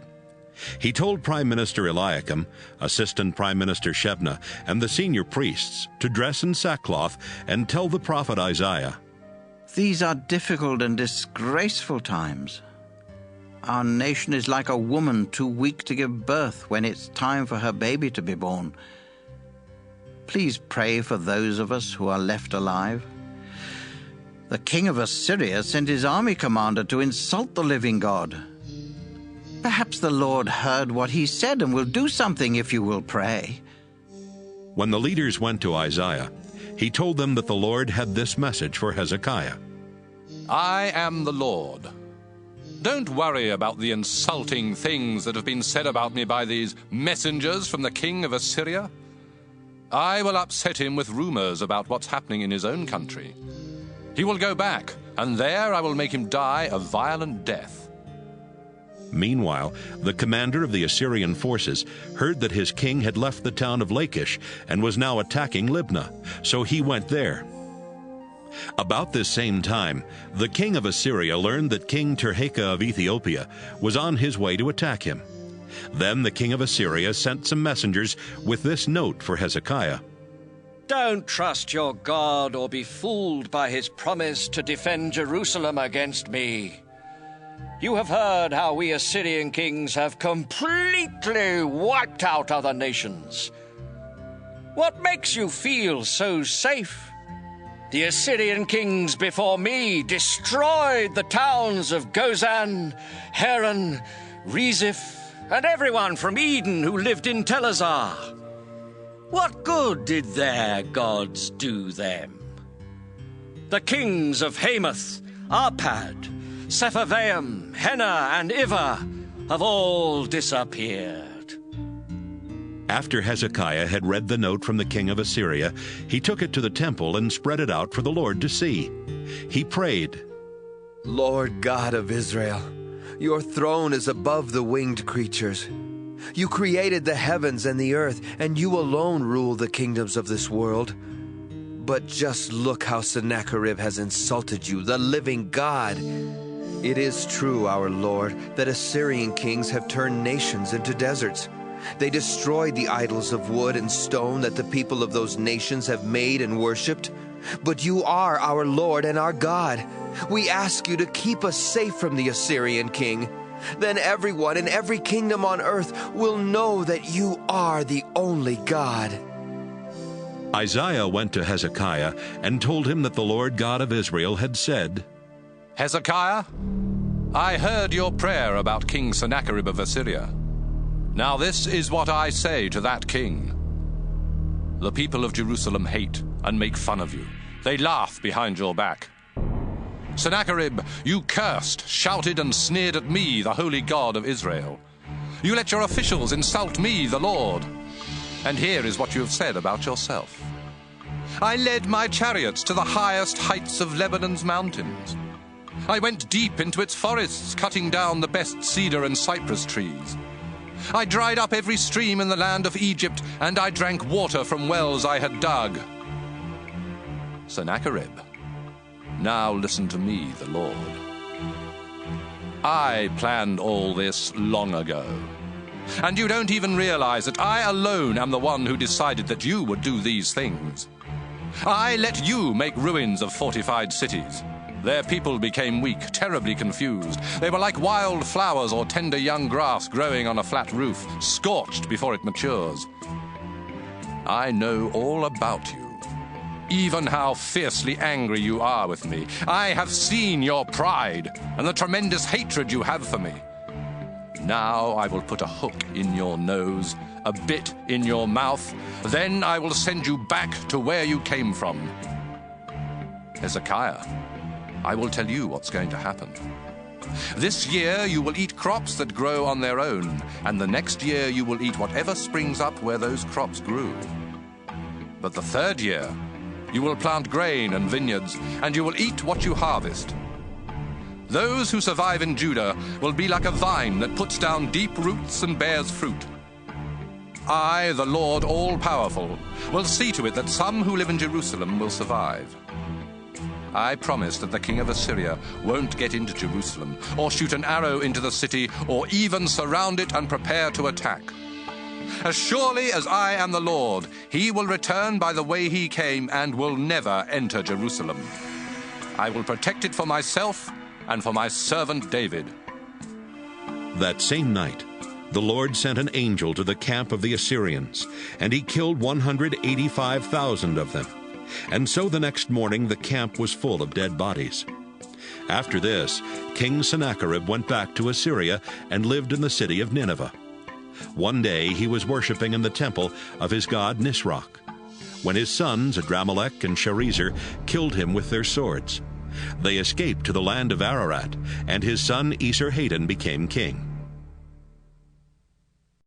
2 Kings, chapter 20. About this time, Hezekiah got sick and was almost dead. Isaiah the prophet went in and told him, The Lord says, you won't ever get well. You are going to die, so you had better start doing what needs to be done. Hezekiah turned toward the wall and prayed, Don't forget that I have been faithful to you, Lord. I have obeyed you with all my heart, and I do whatever you say is right. After this he cried hard. Before Isaiah got to the middle court of the palace, the Lord sent him back to Hezekiah with this message. Hezekiah, you are the ruler of my people, and I am the Lord God who was worshipped by your ancestor David. I heard you pray, and I saw you cry. I will heal you, so that 3 days from now you will be able to worship in my temple. I will let you live 15 years more while I protect you and your city from the king of Assyria. I will defend this city as an honor to me and to my servant David." Then Isaiah said to the king's servants, "Bring some mashed figs and place them on the king's open sore. He will then get well." Hezekiah asked Isaiah, "Can you prove that the Lord will heal me, so that I can worship in his temple in 3 days?" Isaiah replied, "The Lord will prove to you that he will keep his promise. Will the shadow made by the setting sun on the stairway go forward 10 steps or back 10 steps?" "It's normal for the sun to go forward," Hezekiah answered. "But how can it go back?" Isaiah prayed, and the Lord made the shadow go back 10 steps on the stairway built for King Ahaz.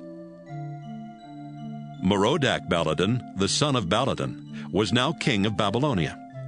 And when he learned that Hezekiah had been sick, he sent messengers with letters and a gift for him. Hezekiah welcomed the messengers and showed them all the silver, the gold, the spices, and the fine oils that were in his storehouse. He even showed them where he kept his weapons. Nothing in his palace or in his entire kingdom was kept hidden from them. Isaiah asked Hezekiah, "Where did these men come from? What did they want?" "They came all the way from Babylonia," Hezekiah answered. "What did you show them?" Isaiah asked. Hezekiah answered, "I showed them everything in my kingdom." Then Isaiah told Hezekiah, "I have a message for you from the Lord. One day, everything you and your ancestors have stored up will be taken to Babylonia. The Lord has promised that nothing will be left. Some of your own sons will be taken to Babylonia, where they will be disgraced and made to serve in the king's palace." Hezekiah thought, "At least our nation will be at peace for a while." So he told Isaiah, "The message you brought me from the Lord is good." Everything else Hezekiah did while he was king, including how he made the upper pool and tunnel to bring water into Jerusalem, is written in the history of the kings of Judah.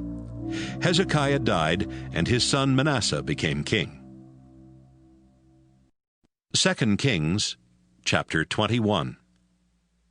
Manasseh was 12 years old when he became king of Judah, and he ruled 55 years from Jerusalem. His mother was Hephzibah. Manasseh disobeyed the Lord by following the disgusting customs of the nations that the Lord had forced out of Israel. He rebuilt the local shrines that his father Hezekiah had torn down. He built altars for the god Baal and set up a sacred pole for worshiping the goddess Asherah, just as King Ahab of Israel had done. And he faithfully worshipped the stars in heaven.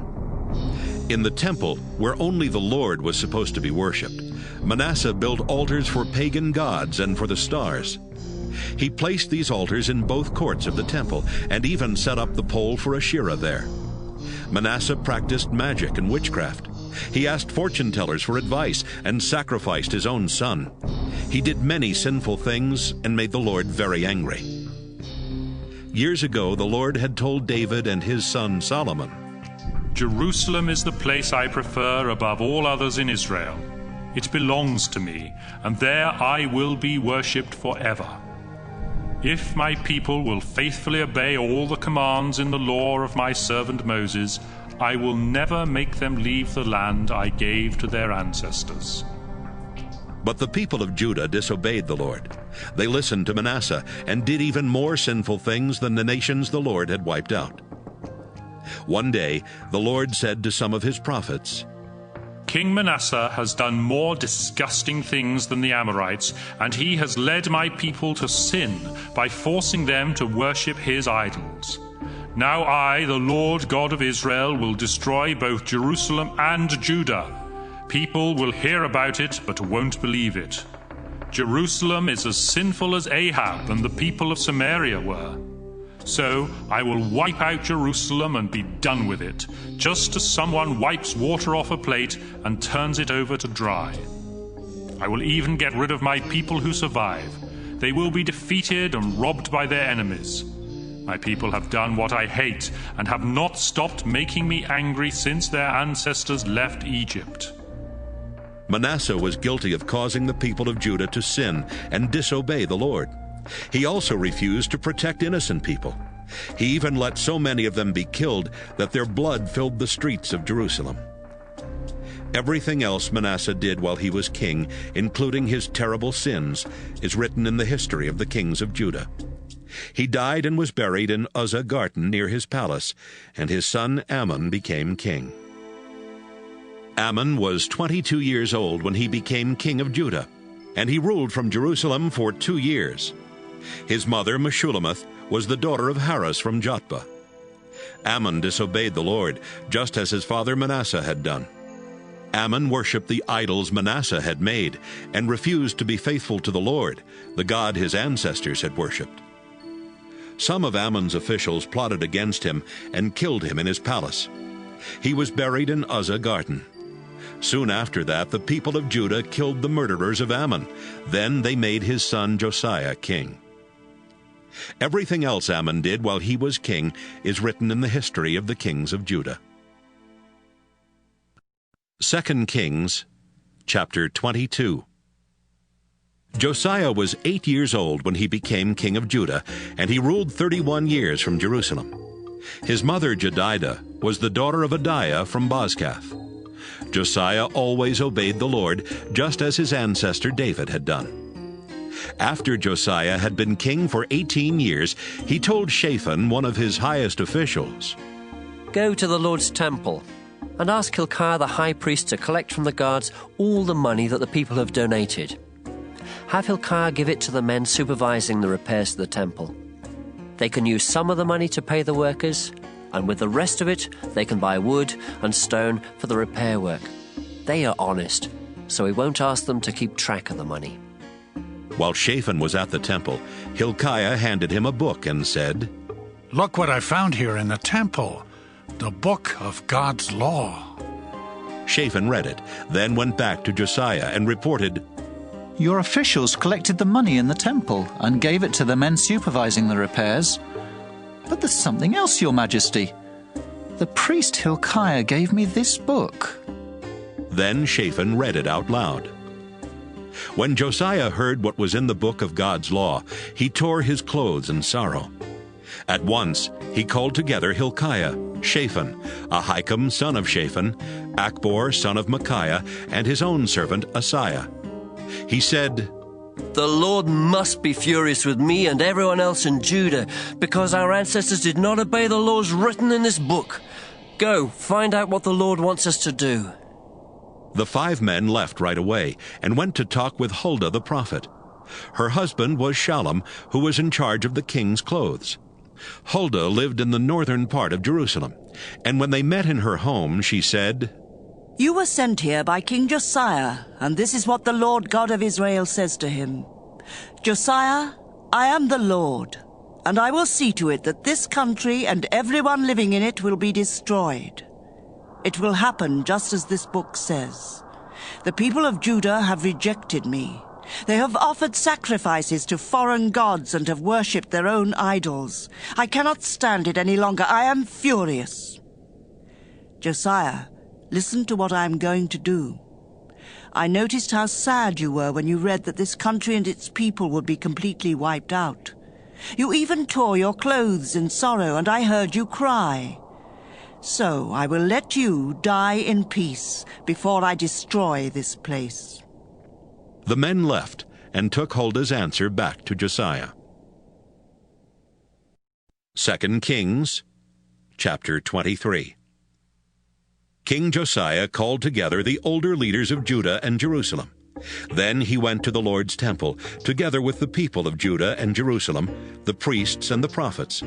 Finally, when everybody was there, he read aloud the book of God's law that had been found in the temple. After Josiah had finished reading, he stood by one of the columns.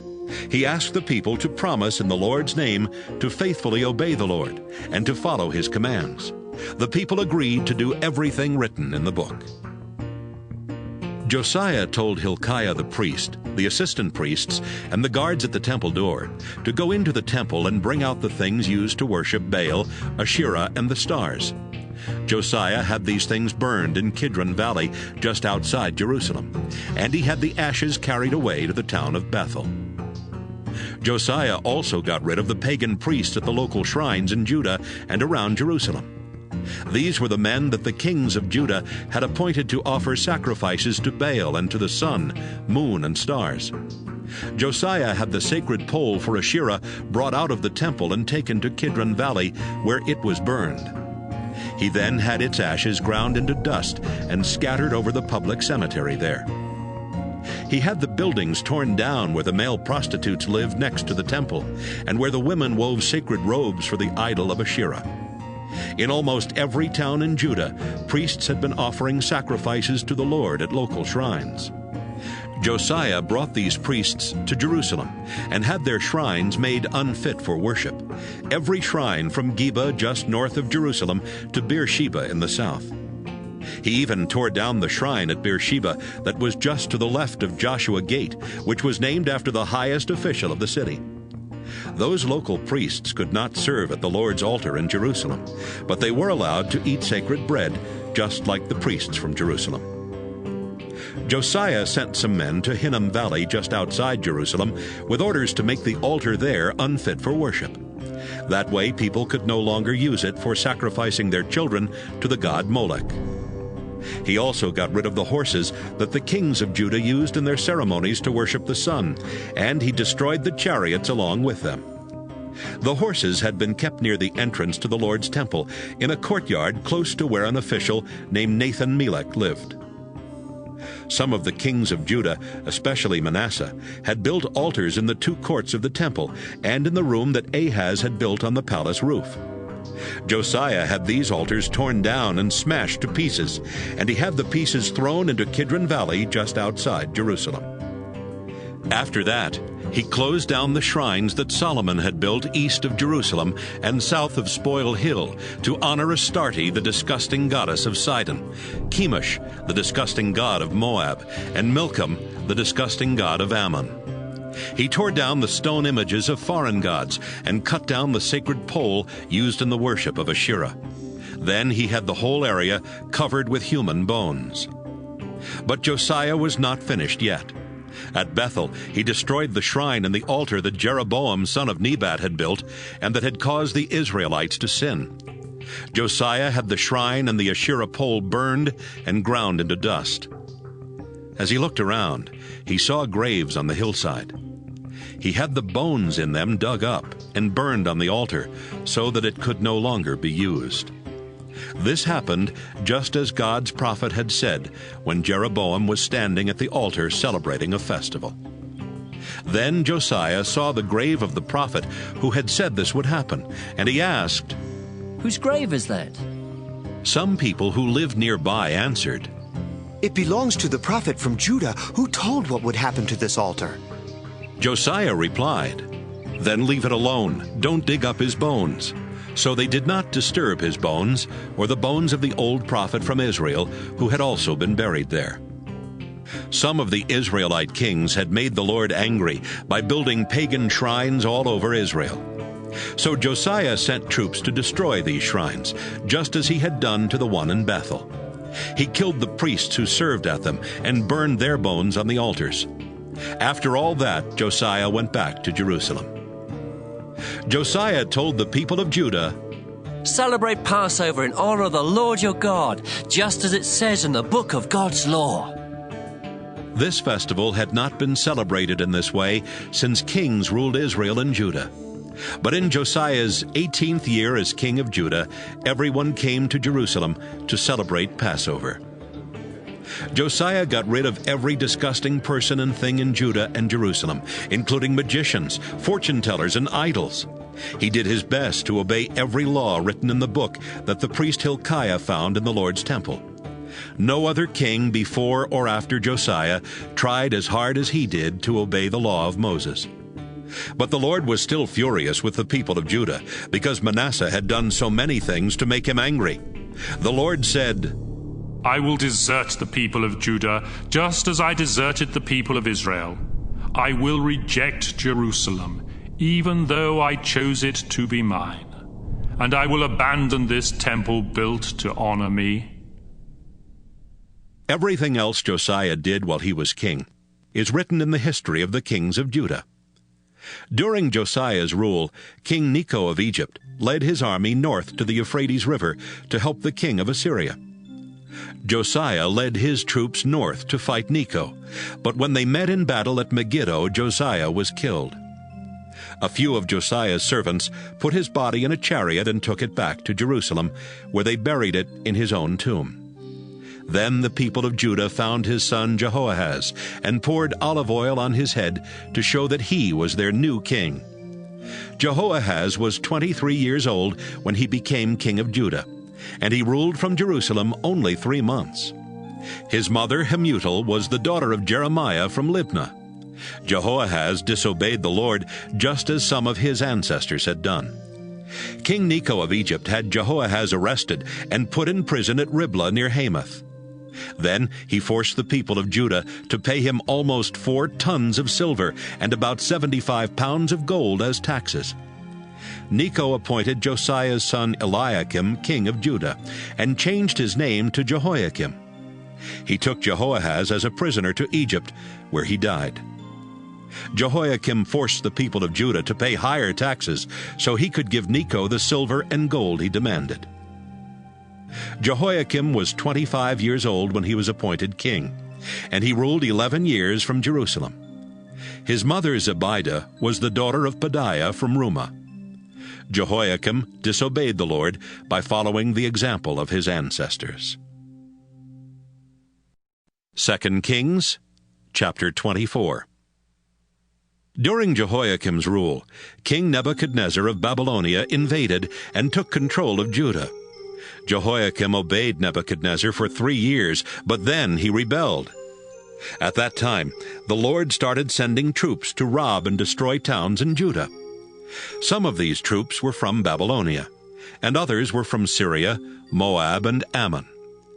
The Lord had sent his servants, the prophets, to warn Judah about this, and now he was making it happen. The country of Judah was going to be wiped out because Manasseh had sinned and caused many innocent people to die. The Lord would not forgive this. Everything else Jehoiakim did while he was king is written in the history of the kings of Judah. Jehoiakim died, and his son Jehoiakim became king. King Nebuchadnezzar defeated King Necho of Egypt and took control of his land from the Egyptian gorge all the way north to the Euphrates River. So Necho never invaded Judah again. Jehoiakim was 18 years old when he became king of Judah, and he ruled only 3 months from Jerusalem. His mother, Nehushta, was the daughter of Elnathan from Jerusalem. Jehoiakim disobeyed the Lord, just as his father Jehoiakim had done. King Nebuchadnezzar of Babylonia sent troops to attack Jerusalem soon after Jehoiakim became king. During the attack, Nebuchadnezzar himself arrived at the city. Jehoiakim immediately surrendered, together with his mother and his servants, as well as his army officers and officials. Then Nebuchadnezzar had Jehoiakim arrested. These things took place in the 8th year of Nebuchadnezzar's rule in Babylonia. The Lord had warned that someday the treasures would be taken from the royal palace and from the temple, including the gold objects that Solomon had made for the temple. And that's exactly what Nebuchadnezzar ordered his soldiers to do. He also led away as prisoners the Jerusalem officials, the military leaders, and the skilled workers, 10,000 in all. Only the very poorest people were left in Judah. Nebuchadnezzar took Jehoiakim to Babylon, along with his mother, his wives, his officials, and the most important leaders of Judah. He also led away 7,000 soldiers, 1,000 skilled workers, and anyone who would be useful in battle. Then Nebuchadnezzar appointed Jehoiakim's uncle Mattaniah king of Judah and changed his name to Zedekiah. Zedekiah was 21 years old when he was appointed king of Judah, and he ruled from Jerusalem for 11 years. His mother Hamutal was the daughter of Jeremiah from Libnah. Zedekiah disobeyed the Lord, just as Jehoiakim had done. It was Zedekiah who finally rebelled against Nebuchadnezzar. The people of Judah and Jerusalem had made the Lord so angry that he finally turned his back on them. That's why these horrible things were happening. 2 Kings, chapter 25. In Zedekiah's 9th year as king, on the 10th day of the 10th month, King Nebuchadnezzar of Babylonia led his entire army to attack Jerusalem. The troops set up camp outside the city and built ramps up to the city walls. After a year and a half, all the food in Jerusalem was gone. Then, on the 9th day of the 4th month, the Babylonian troops broke through the city wall. That same night, Zedekiah and his soldiers tried to escape through the gate near the royal garden, even though they knew the enemy had the city surrounded. They headed toward the desert, but the Babylonian troops caught up with them near Jericho. They arrested Zedekiah, but his soldiers scattered in every direction. Zedekiah was taken to Riblah, where Nebuchadnezzar put him on trial and found him guilty. Zedekiah's sons were killed right in front of him. His eyes were then poked out, and he was put in chains and dragged off to Babylon. About a month later, in Nebuchadnezzar's 19th year as king, Nebuzaradan, who was his official in charge of the guards, arrived in Jerusalem. Nebuzaradan burned down the Lord's temple, the king's palace, and every important building in the city, as well as all the houses. Then he ordered the Babylonian soldiers to break down the walls around Jerusalem. He led away as prisoners the people left in the city, including those who had become loyal to Nebuchadnezzar. Only some of the poorest people were left behind to work the vineyards and the fields. The Babylonian soldiers took the 2 bronze columns that stood in front of the temple, the 10 movable bronze stands, and the large bronze bowl called the sea. They broke them into pieces so they could take the bronze to Babylonia. They carried off the bronze things used for worship at the temple, including the pans for hot ashes, and the shovels, snuffers, and also the dishes for incense, as well as the fire pans and the sprinkling bowls. Nebuzaradan ordered his soldiers to take everything made of gold or silver. The pile of bronze from the columns, the stands, and the large bowl that Solomon had made for the temple was too large to be weighed. Each column had been 27 feet tall, with a bronze cap 4.5 feet high. These caps were decorated with bronze designs, some of them like chains and others like pomegranates. Next, Nebuzaradan arrested Sariah the chief priest, Zephaniah his assistant, and 3 temple officials. Then he arrested one of the army commanders, the king's 5 personal advisors, and the officer in charge of gathering the troops for battle. He also found 60 more soldiers who were still in Jerusalem. Nebuzaradan led them all to Riblah near Hamath, where Nebuchadnezzar had them killed. The people of Judah no longer lived in their own country.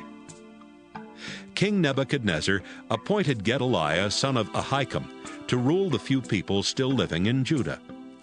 When the army officers and troops heard that Gedaliah was their ruler, the officers met with him at Mizpah.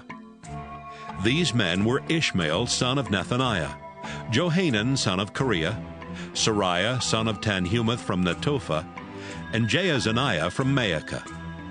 Gedaliah said to them, "Everything will be fine, I promise.